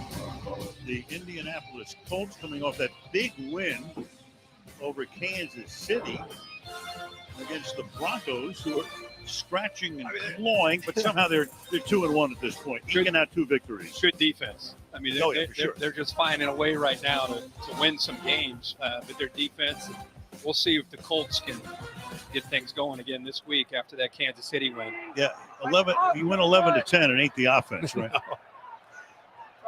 From the 25-yard line.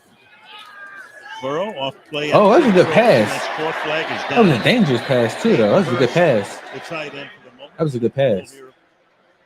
From referee Trey Blake in a moment. They get the right tackle here. Holding. Another penalty. 10-yard penalty, first down. Another penalty. So September winds down with this game.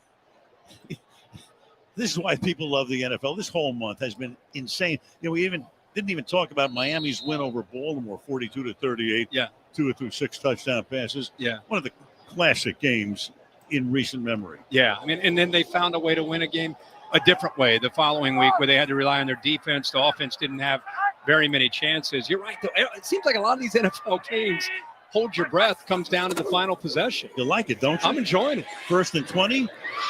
That is caught, and to the 25-yard line goes T. Higgins.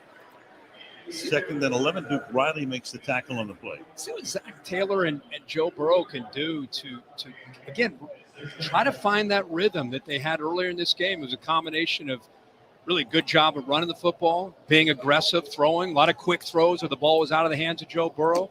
It just seemed like they were more assertive, more decisive early. And Miami, to their credit, they've jammed up those receivers.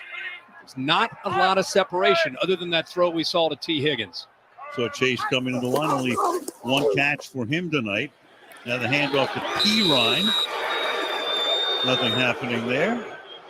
Crowd gets restless again. 3rd and long. How about the battle in the trenches? Christian Wilkins. Watch 94 here. Eyes in the backfield. Has a really good feel to be able to know where he's going. Gets involved. That play is run completely to the other side. So you have Sealer who's able to hold his point, and then you have the athletic ability of Wilkins to work through a lot of traffic to once again negate that running game. Final minute of the 3rd. Swing it out here. Play is alive. Ew. Oh, caught. 45-yard line. Tyler Boyd to Jamar Chase. So Boyd has been silent as a receiver tonight. Yep. But as a passer, perfect. Pretty good job there by Jamar Chase, just kind of selling this right here before he gets downfield. And don't forget, Tyler Boyd was a great high school quarterback. Shows that right there. If he just lobbed that in there, no chance. Holland comes over and knocks it away. Look how he threw that on a line, which gave Chase a chance to hold on to it and step out of bounds. 7 years in the league. It's his 5th pass. And 3rd completion for Tyler Boyd. Under 20 now. 1st and 10. Off the fake. Burrow Good read. Caught. Good read. Good little short pass. There is Tyler You take Boyd's that. first catch after He throws that pass. It'll Take be second down, and that's going to take us to the ultimate Let fight. him throw All one. right. What the heck? There you go. Give the guy a chance to have a catch. End of 3. 15-14. All right, so that's it. End of the third quarter.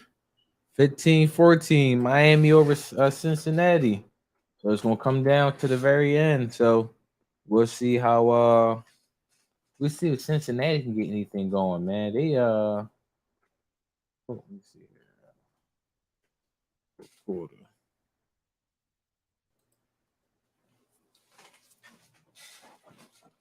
Cincinnati, man, they after halftime, they offense really been non-existent. Joe Burrow has been under pressure. The O-line hasn't been holding up as well. Cincinnati can still run the football, but for some reason they just keep going away from it. And they're trying to feed their weapons on the outside because they got I guess they believe they got the matchups to actually beat to actually win, but they haven't been connecting. You know when it get bad when you try to manufacture something and you start throwing in a trick play in there.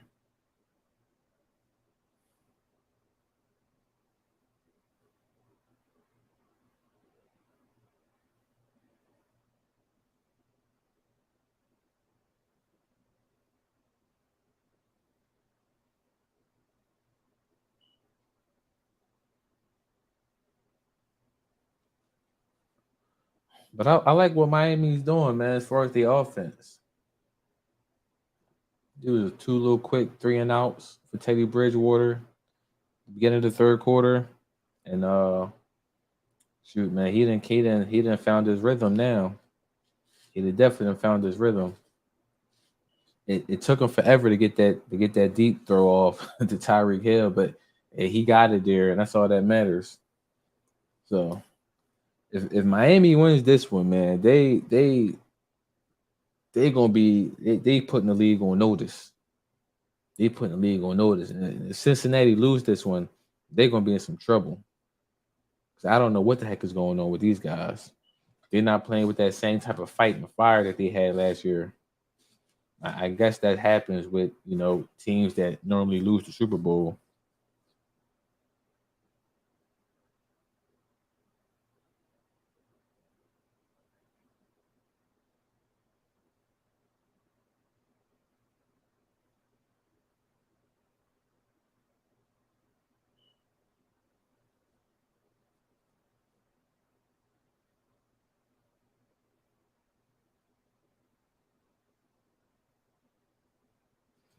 Xavier Howard hurt all night long. He was on the injury report with a glute and a groin injury, and you can see right there. There's your evidence of one of the reasons they were going after him all night long. Yeah. He came in not quite at 100%. Cincinnati went after him, probably a big part of that reason, and they've been using their safety to help out. Now they're down to a couple backup corners trying to hold up against these Bengal receivers. Deion crossing in his spot. We're going deep. Burrow has time. Burrow goes deep. Wow. Who is that, Tyler Boyd? Boyd, who's been dead silent until 3 or 4 plays ago, sets up a 1st and goal. Well, he's man-to-man. The route sells out and then back across. Watch him work from the right side. Sells like he's going outside and then comes Damn, good route. the way to Good take the route, safety Tyler away. Boyd. And a good ball there by Joe That's a Burrow good route. out in front of him.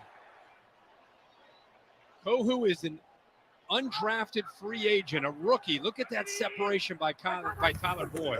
43 yards, 1st and goal. That's a good route, man. Cincinnati look like they're about to punch this one in. 2nd down and goal. Mixon tonight, 17 carries, 50 yards, a long of 7. Eric Rowe there held on to keep him out. But finally, Joe Mixon again with a little bit more room. We saw it early in the game, and this time they opened that up nicely. Made the safety Rowe make the play. Yeah, Rowe just came out of the game. From the 3-yard line. 2nd and goal. Straight bottom. Changing it. Play clock at 1. And Cincinnati He's is taking going to too have long to make take the a calls, man. timeout. God damn. Yeah, Zach Taylor ran down just before the play clock went off.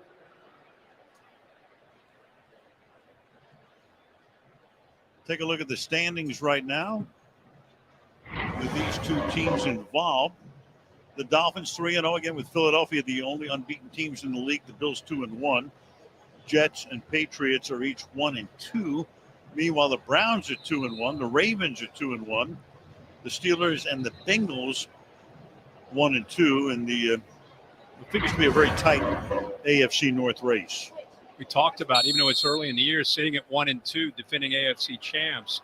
You lose this game at 1-3, 10 days until you go on the road to Baltimore. Yeah. I don't want to say it's a must win early in the year, but it's a big. Could change the complexion of things. Second and goal. They're going to T. Higgins. Bottom of the screen. Mixon keeps on chugging. Nope. He didn't get there. He's short. Half a yard short. So third down and goal for the Bengals. Roberts would not give up here. Landon Roberts, 52. I thought the offensive line would push and eventually push not just the defensive line. Good push on Wilkins. Look at 52 get in there against Collins, and he holds his own.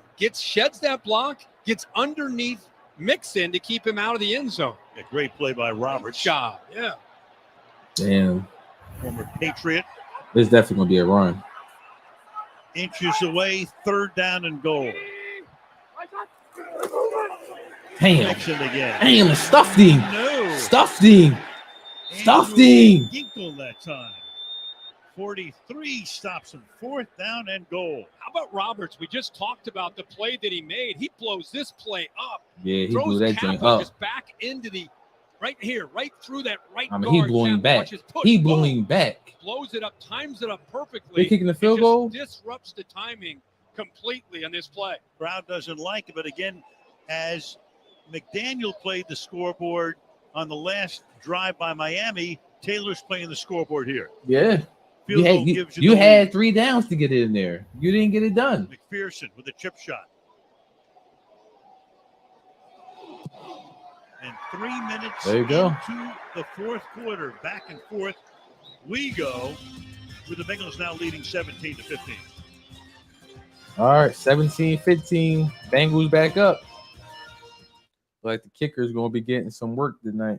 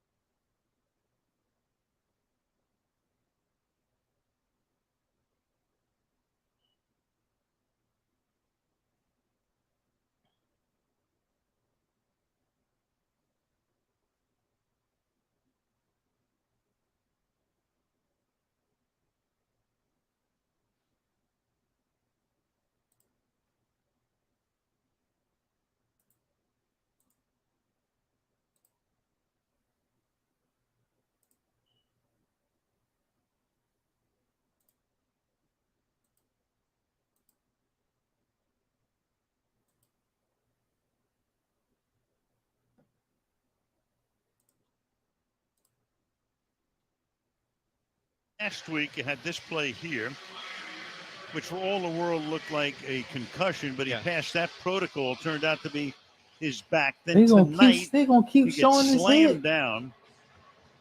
at around the 50-yard line, taken down there, put him on the stretcher, took him out. He's at a local hospital. His parents, Nalu and Diane, are both there with him. Head and neck injury, but he has movement in all extremities. So simply hoping for the best here. Of course, last week a lot of folks thought, well, wait a second. And the league said he passed the concussion protocol, but hold on. Still some work to be done on that. And now, of course, this is going to open up a little bit of a hornet's nest. Yeah, it will. And I think when you and I and our team prepared for this game, of course, that was one of the first things we talked to him about. And Tua and Miami, everybody we ever talked with said, it's his back and his ankle more than it has anything to do with the head injury, which was surprising, really, after you saw the hit and you saw him stumble. I think we all assumed it was maybe, where he got pushed by Milano and knocked back on the ground. That's Hill making the catch. Dolphins said he passed the protocol. Right. The NFLPA not happy about it. Yeah. And they're doing their own investigation. That's right. Players Association. Mike McDaniel calling in the plays here, 2nd down and 3.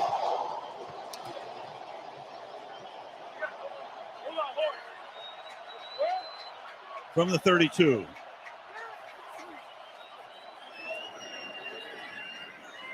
And close to the first down, Edmonds. You look at McDaniel.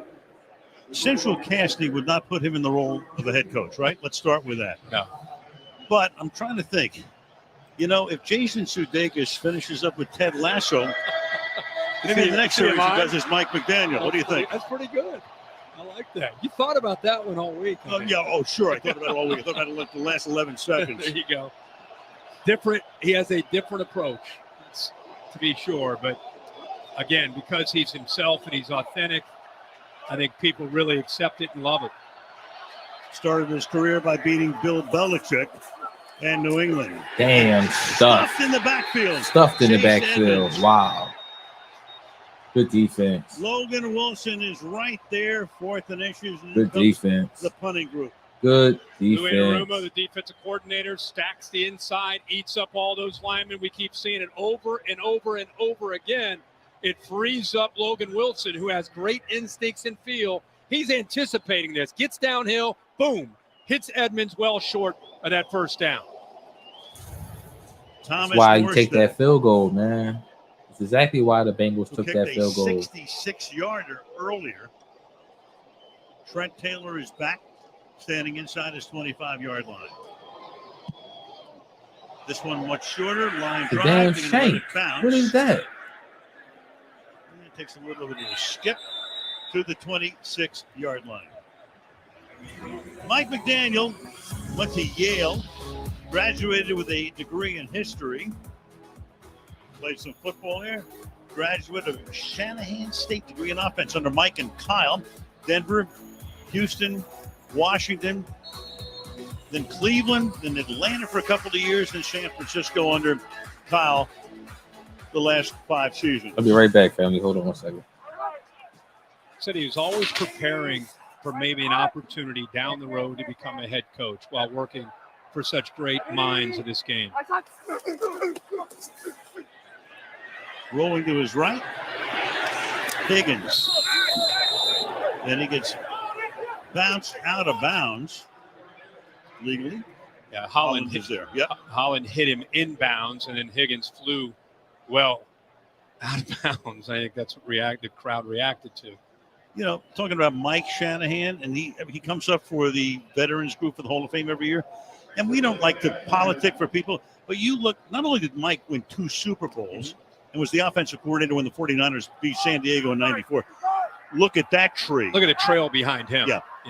Anyway, my 2 cents. I'm with you. It's worth 1 cent.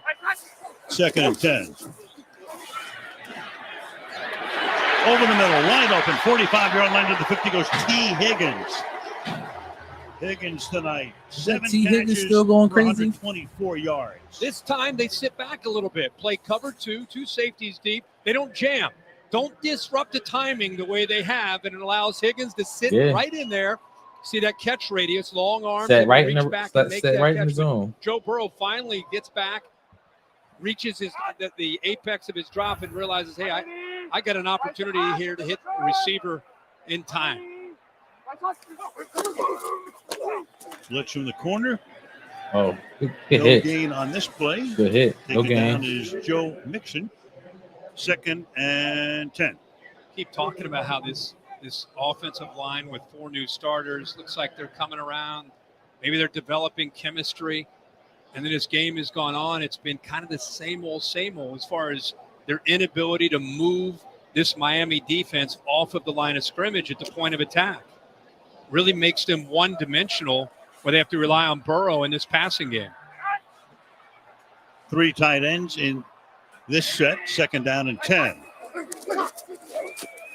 Burrow, good protection again. Good pass. Finds the open spot. Good pass. Jamar Chase along the sideline Good pass. for a first down. Jamar Chase. They coming alive now. Halfway Cincinnati through the about to go ahead and walk them down. Again, soft coverage. Jamar Chase against a fairly inexperienced corner in Needham, who's usually, again, a slot guy. Gets the ball up and over that defensive lineman. Makes a very accurate throw, but that is pitch and catch for Joe Burrow with Jamar Chase. 3 catches now, 45 yards for Chase. Burrow's thrown for 249.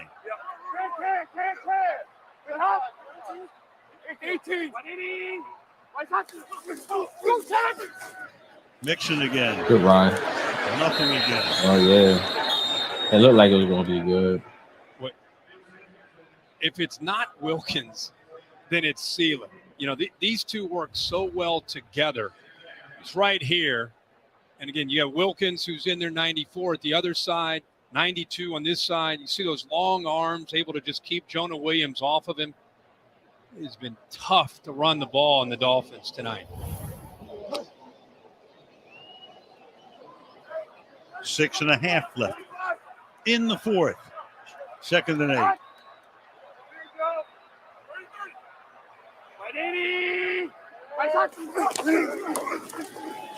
Play action. Good protection. Down the sideline, out of bounds. Good defense. Higgins was there. Need him covering on the play. It'll be 3rd down and 8. Well, we've seen Miami do this, and it's been working. When you motion, try to get a matchup that you like. How many times have we seen even early this year with Tyreek Hill? He puts his foot in the ground, goes full speed. T. Higgins, a little bit different, just trying to create that same matchup. Good adjustment. Needham just followed him from one side to the other. That's good defense. Has him man-to-man. 3rd down and 8. Flag is thrown. That blows the play dead. Well, they call the false start. It looked like maybe 12 guys on the field as well. Illegal motion. Miami. Offense. Number 73. How do they dumbasses get? 3rd down. Trying to be slick. Elijah Campbell was trying to get off and apparently did in time. Yeah, they had 12 men on the field. That's why they hurried. Jonah Williams just went a little bit too quick, the left tackle. Here's the 12th man right here. And watch Jonah Williams right here. He just gets out of his stance a little bit too early. False start kills the play. 3rd and long. 3rd and 13. On the other side. And they going straight man coverage, too. Makes a field goal attempt if they don't pick up a yard here a lot longer. And that's Wow. dropped. So now we'll see what they want to do. Kick the field goal. Leg. Kick the damn field They goal. kick from this distance. Don't even play with it. Just kick the field goal. And the question is, do you want to bring him in or the punter and try to pin him deep? And McPherson's going to come in. Kohu, again, the undrafted free agent, pretty tight coverage. Looked like Boyd may have had his hands on it, but tight coverage there in the slot. The rookie from Texas A&M Commerce doing a really good job tonight. 57-yard attempt. Of course, the downside, if you miss Miami, is going to hit the ball near midfield. McPherson got this. McPherson, yeah, he got it. who had a tremendous rookie season. He got it. That's it. Yeah, he Would have got been it. good from 64. That's a good kick. That's a good kick. The ball pays off, and the Bengals lead 20-15 with 6:13 left in the 4th. All right, so Cincinnati penalties killed them. kicked the long field goal. McPherson knocks it right in for him. So 20-15, Cincinnati Bengals. And now it's all up to see if Teddy can actually put a drive together. This probably going to be the real last drive of the game, to be honest with you. It better not be no 3 and out either, because game is over after that. Excuse me. They definitely need a nice, solid drive right here. They got to get Jalen Waddle involved. Got to get Jalen, and they got to get Mike Gesicki involved too. I wonder what happened to Cedric Wilson, because I know Cedric Wilson signed with the Dolphins, and they haven't mentioned his name all day.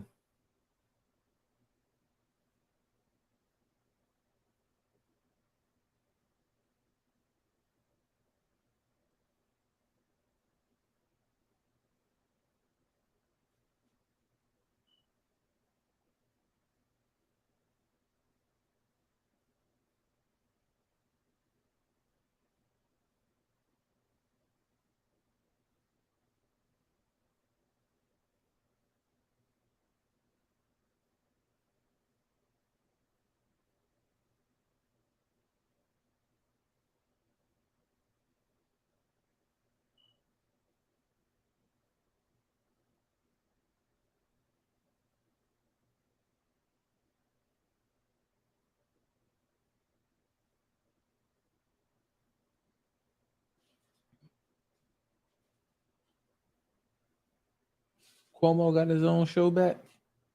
News Nation, what's that?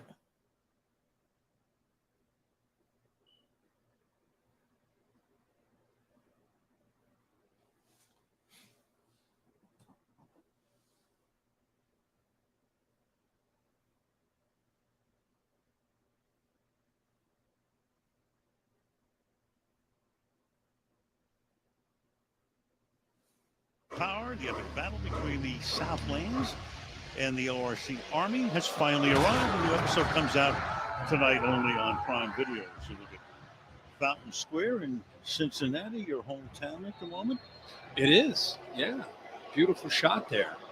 It was mine for 3 years. I was going to say, you're going back to your roots this week. Many moons ago with the Reds. 5-point game here. A yard in the end zone. Mostert's going to bring it back to about the 22. Going back to halftime, they honored Isaac Curtis, the great wide receiver. There was Kenny Anderson, quarterback. There was Curtis going in. Willie Anderson, the Anthony offensive Munoz. tackle, number 71. There he was. And they're watching a good game. 20-15. McPherson banging through that 57-yarder. McPherson, 15 of 17 now in his brief career from 50-plus regular and postseason. So the crowd completely into it now from the 23. Yo, cut up. Why is it taking you so long to cut up? Mostert. Good run. Out near midfield. Damn, it takes this man forever to cut up the hole. By Jesse Bates. Greg Little on the right side here with Smythe. Good double team kick out right here, and then he just gets his underneath. Remember, Logan Wilson making all these tackles. He waited to the last second to cut back. Cutback, and we know what kind of speed he has once he's able to hit that alley.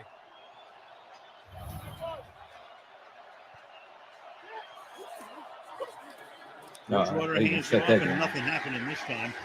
So after a 24-yard gain, a loss of 2 or 3. Hubbard is there for the tackle. Second down, let's go at 12. They went right back to it, and Sam Hubbard this time gets underneath the block of Greg Little, completely disrupts the play. That's great quickness and strength there by Hubbard.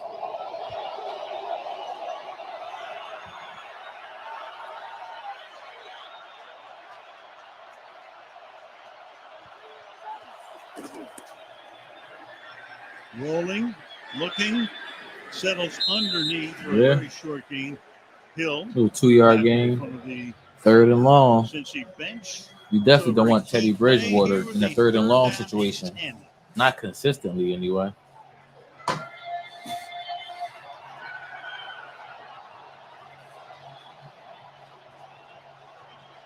Third and 10. Everybody in the white tonight, the white towels. the white uniforms, the white Tiger helmets. 3rd and 10.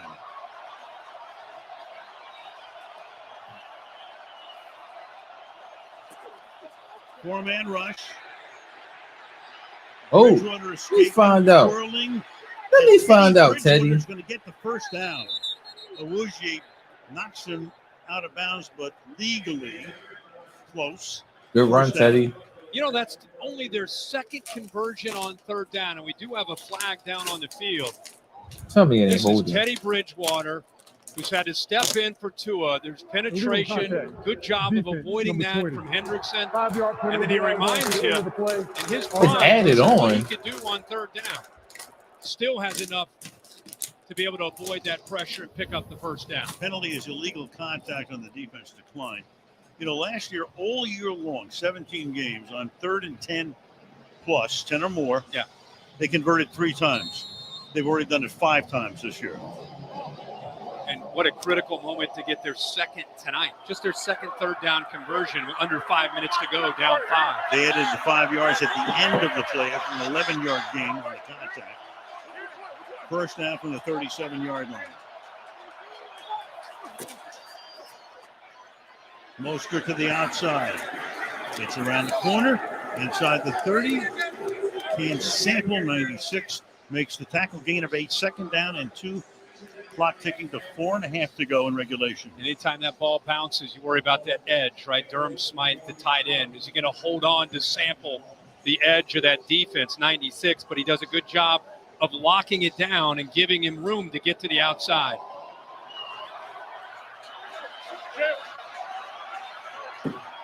Bridgewater, 11 of 15 for 163 in relief of Tua. Good run. Round again. First Gets him down. up for the first down, does Mostert. Having a nice night. 15 carries for Raheem, 69 yards. Mixing up these play calls right now with Mike McDaniel. You know, I wondered with Teddy Bridgewater stepping in, how much confidence would he show in Bridgewater on a short week without a lot of reps to get ready? And I think it's been business as usual. They're just continuing to trust 5 and believe because of that experience in this league, he's going to be able to make the plays and have command, and he's shown that. First pass when he came in was a 16-yard gain. Yep. Bridgewater down the sideline. Yeah, you get rid of that one out of bounds. Sam Hubbard put the pressure on. Knocks Teddy down. 2nd down and 10 from the 26. Good call there by McDaniel. They've been running so much on 1st and 10 and having some success. They try to catch them out of position with a play action attempt on an early down, try to create that one-on-one matchup.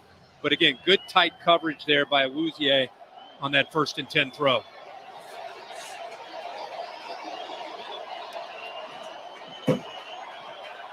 Chase looks on.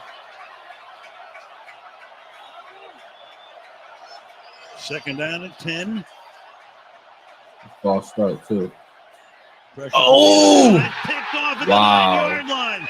Von Bell, his That's Mike second Gesicki of the fault. game.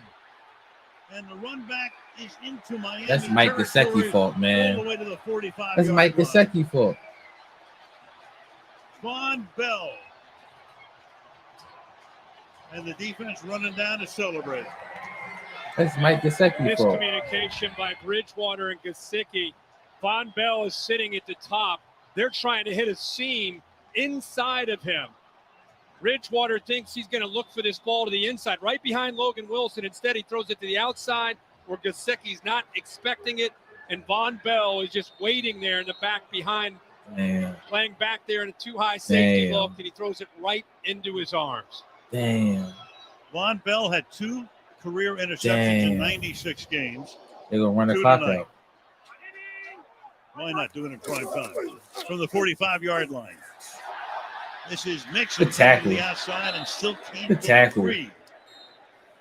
Longest gain tonight, 7 yards on 22 carries.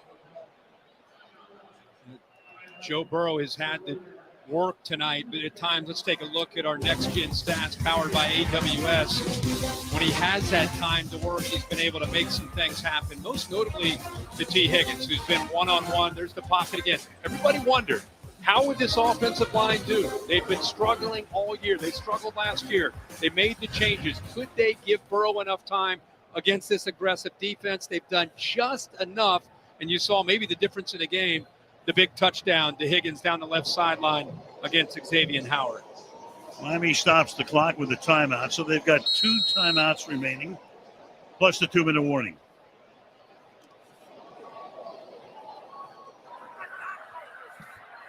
Second and 7.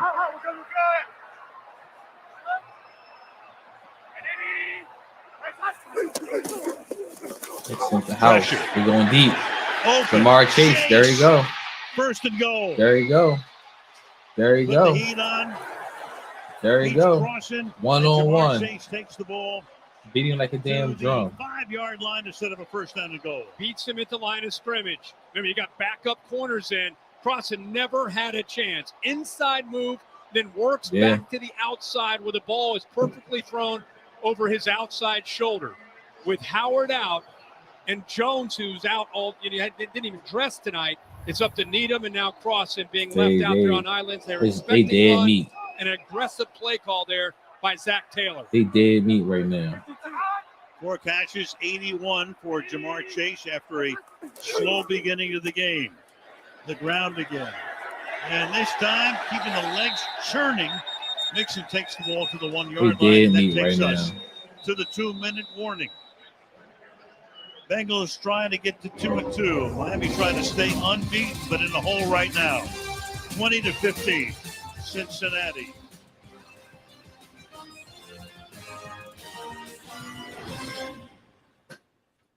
All right, 2-minute warning. Second and goal for the Cincinnati Bengals. It ain't looking good, I tell you that. This ain't looking good, so we'll see. We'll see how this is going to play out, but it's not looking too good. They score here, they score a touchdown here. They dead meat.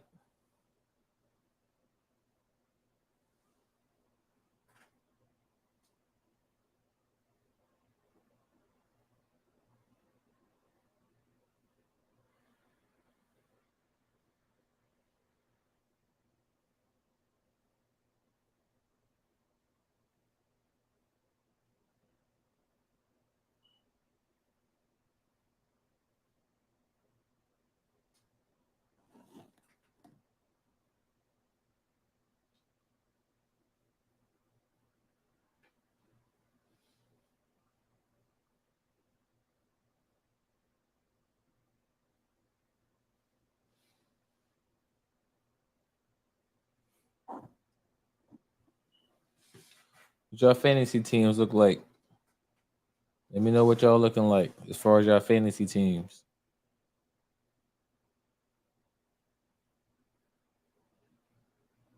First league, I'm doing pretty good.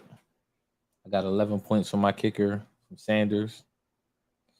And my third team, I got 28 points from T. Higgins. I can't complain about that at all.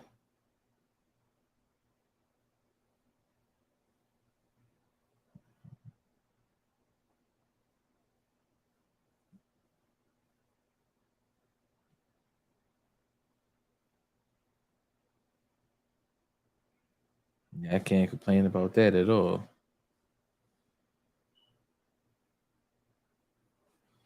On Prime Video, TNF postgame interviews with the stars of the game. Then on TNF Nightcap, Carissa and the boys previewing Sunday's NFL slate. 67,260 tonight at what used to be Paul Brown Stadium.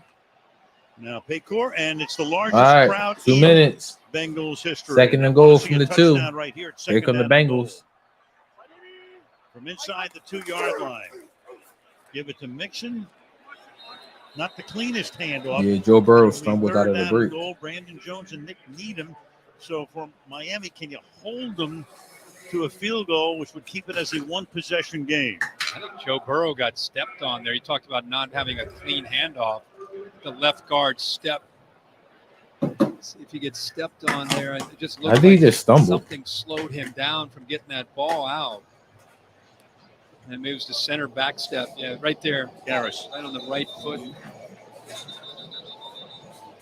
They're having a tough time running the ball against Miami's defense. I'll say. Inside that 2-yard line. They cannot get a push. Tough time, period. Oh, yeah. But Mixon, especially down in here. 24 carries, 61 yards. Miami just took a timeout here. One left. 3rd and goal. Play action. Off the fake. Wide open. Touchdown. In for the touchdown. That's it. Hayden Hurst, the tight end. Flag.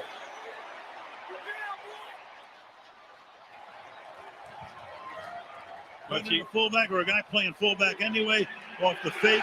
That's it. Hurst, touchdown. Game over. If you can't push them, Game you're over. going to have to throw the ball in and go with Game play over. action. They brought the tight end from the play side all the way over. Nobody picked him up, but thought we might see that a little bit earlier from Zach Taylor. They save it for the right time, and it comes up for a touchdown.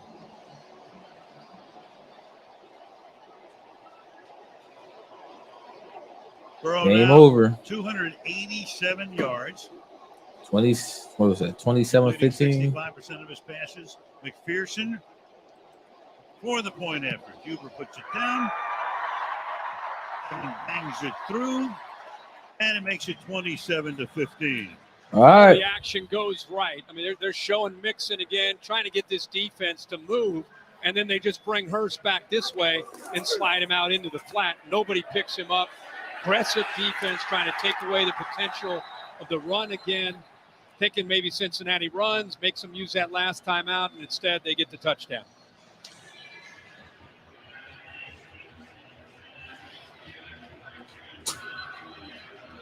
$152. Bengals run pulled it out. So for Miami, they've got the half a bye week, which you always get after the Thursday night game. Upcoming, they go to the Jets a week from Sunday, and home games against Minnesota and Pittsburgh. Meanwhile, for Cincinnati, this is their only home game in a 5-game stretch. They played the last 2 on the road and the next 2 on the road as well. They needed a win tonight. You can see the energy from Joe Burrow going to every one of those offensive linemen and encouraging them. Maybe they All right, Teddy. pushing people off. Go the ahead, ball, give it but right they gave to him enough time to be able to throw and come up with 27 points. But he's helping. 3rd and goal. Oh crap. To Denver, Broncos against the Colts, and check out the alternate stream. Hannah Storm and Andrew Kramer, 2 of our favorites, bringing you the game to life with interviews and storytelling only on Prime Video. From the 25.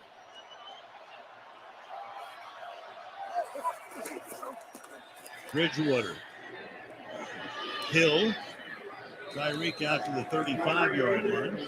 I mean, you have one timeout, quick striking offense with Waddle and Hill. Yeah. All you got to do is try to make a guy make. If you get Waddle or Hill, make a guy miss, you can try to get a quick score. Hill again. Oh, good move. Out of bounds. Good move. Tyreek Hill tonight. That's 10 catches, 13 targets, and 159 yards. Almost unfair when he gets the ball That's in space. crazy. So Mike Hilton, all the Bengals are trying to do is keep him in bounds, work that clock, make him use that last time out. Laid Hill that time going by him. So Bridgewater, in a little more than a half, has thrown for 187 yards. Total yardage just about even. 372 for Miami, 373 for Cincinnati. Where's Cedric Wilson at? Bridgewater in the pocket, throws, Yeah. incomplete. Who's best you dropped Just that? all there because that most have been tackled in bounds. Clock would have kept rolling. Stops at 118.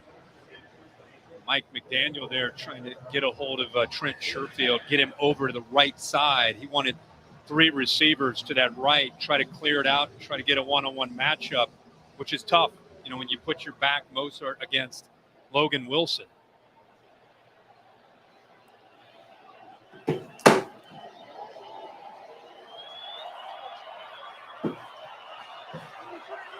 Second and 10.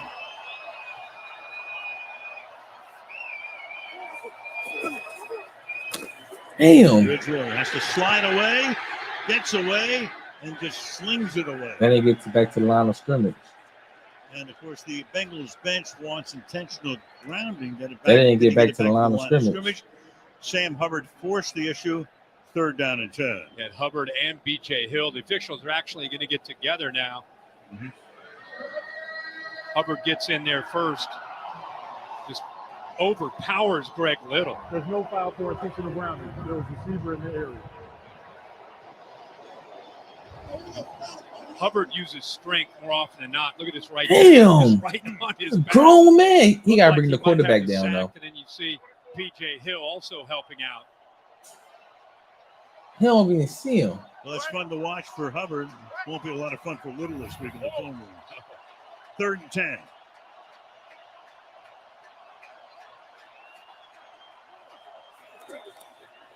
Bridgewater pressured again. Throws Mostert. Come on, Trying to Mostert. pick up Get out of bounds. Can't get out of bounds. Stays in. Clock keeps rolling.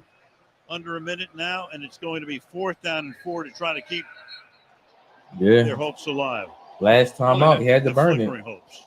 Great job by Trey Flowers there, right? Just keeping him in bounds, willing to give up yards, but leverage, keep him away from the boundary. Take their final timeout. Update now on Tua. Kayla, what you got? Al, we've just learned that Tua Tagovailoa is expected to be discharged from the medical center here in Cincinnati, and the team tells me they believe he will be traveling back to Miami with them tonight. Oh, nice. That's great. Nice. That's great news. Yep. Nice, but he's definitely going to be out for 3 weeks. Small baby steps here on the way. Yeah. They're going to make him pay for going back into that game last week. Nice his mom and dad were here, able to get over to the hospital and be with him. Very tight-knit family. They've been with him this entire ride through Tuscaloosa down to Miami. Last chance. Dolphins trying to keep it alive. Timeout, Cincinnati. A timeout is taken by the Cincinnati Bengals. Cincinnati. Their second of the half. 30-second timeout. So the Bengals, if they win 2-2, I mean, this is the NFL. Everything is razor thin. The 2 losses, 1 in overtime, field goal, right? Yeah. The other at the gun in Dallas. Yeah. Right? Think about how they lost that Pittsburgh game. I mean, you lose your long snapper, and you have the best, maybe one of the best kickers in the league. Think if it's Chance, blocks what would have been the winning extra point. Had 5 turnovers, still had a chance to win that game. And it didn't go much better in Dallas. They were behind the sticks offensively. Micah Parsons showing the world how legitimate of a pass rusher he is. I mean, bringing back images of Lawrence Taylor, the way he's off to a start as a pass rusher. Woulda, coulda, shoulda. Yeah. They could say we could be 4-0, and the Browns could say All we right, should be 3-0. 4th and 4. 4th and 4. Last play. Can they keep it alive? Nope. No, they can not. Did he catch that? They're going to rule him, even though the officials are now going to confer to see. Did he catch it? Nope. If he's in bounds or not, and they say no. Look who ends the game there. Eli Apple against Tyreek Hill. Oh, Ball hits the ground. Yep. Incomplete. That's it. And that's Game going to over. send the Bengals back out on the road. Next up for them will be at Baltimore, then at New Orleans. Next home game in 3 weeks against Atlanta. Then they go to Cleveland. Yeah. So it's been a road-heavy early schedule, which is bad news for them at one point. But the good news is when you play a lot of road games early, you play a lot of home games late. Yeah, it's coming back later. Okay. In London, Minnesota plays New Orleans Sunday morning, 9:30 Sunday Eastern morning. time. Saints versus Vikings. And then the Bears No, and the sir. Giants, the Fox game in the early window on Sunday. New England and Green Bay, big one, the late window on CBS. Kneel down will end it. Sunday night game will be played in Tampa. Yeah. There was some question about that until today. KC against the Buccaneers. Joe Burrow. All right, that's it. That's it. Final score, 27-15. You know, they both offenses a little sluggish in the second half, but you know, Cincinnati was able to pull it out. Real good game. You know, not too exciting, but that was a real good game. What the heck is that all about? All right. Like a lot of people know. Yes, of course they do. Don't go anywhere. Post-game show with Like Tyreek Hill was trying to go to work with somebody. But at any rate, we gonna have the Eagles game. Eagles versus Jacksonville at 1:00. And we'll have the Sunday night game with the Chiefs and the Buccaneers at 8:30 Sunday. So appreciate y'all tuning in with me, hanging out. Like the video, subscribe to the channel. Definitely trying to build the family over here. It's getting late and I'm tired, man. So I get at y'all next time, man. Good night.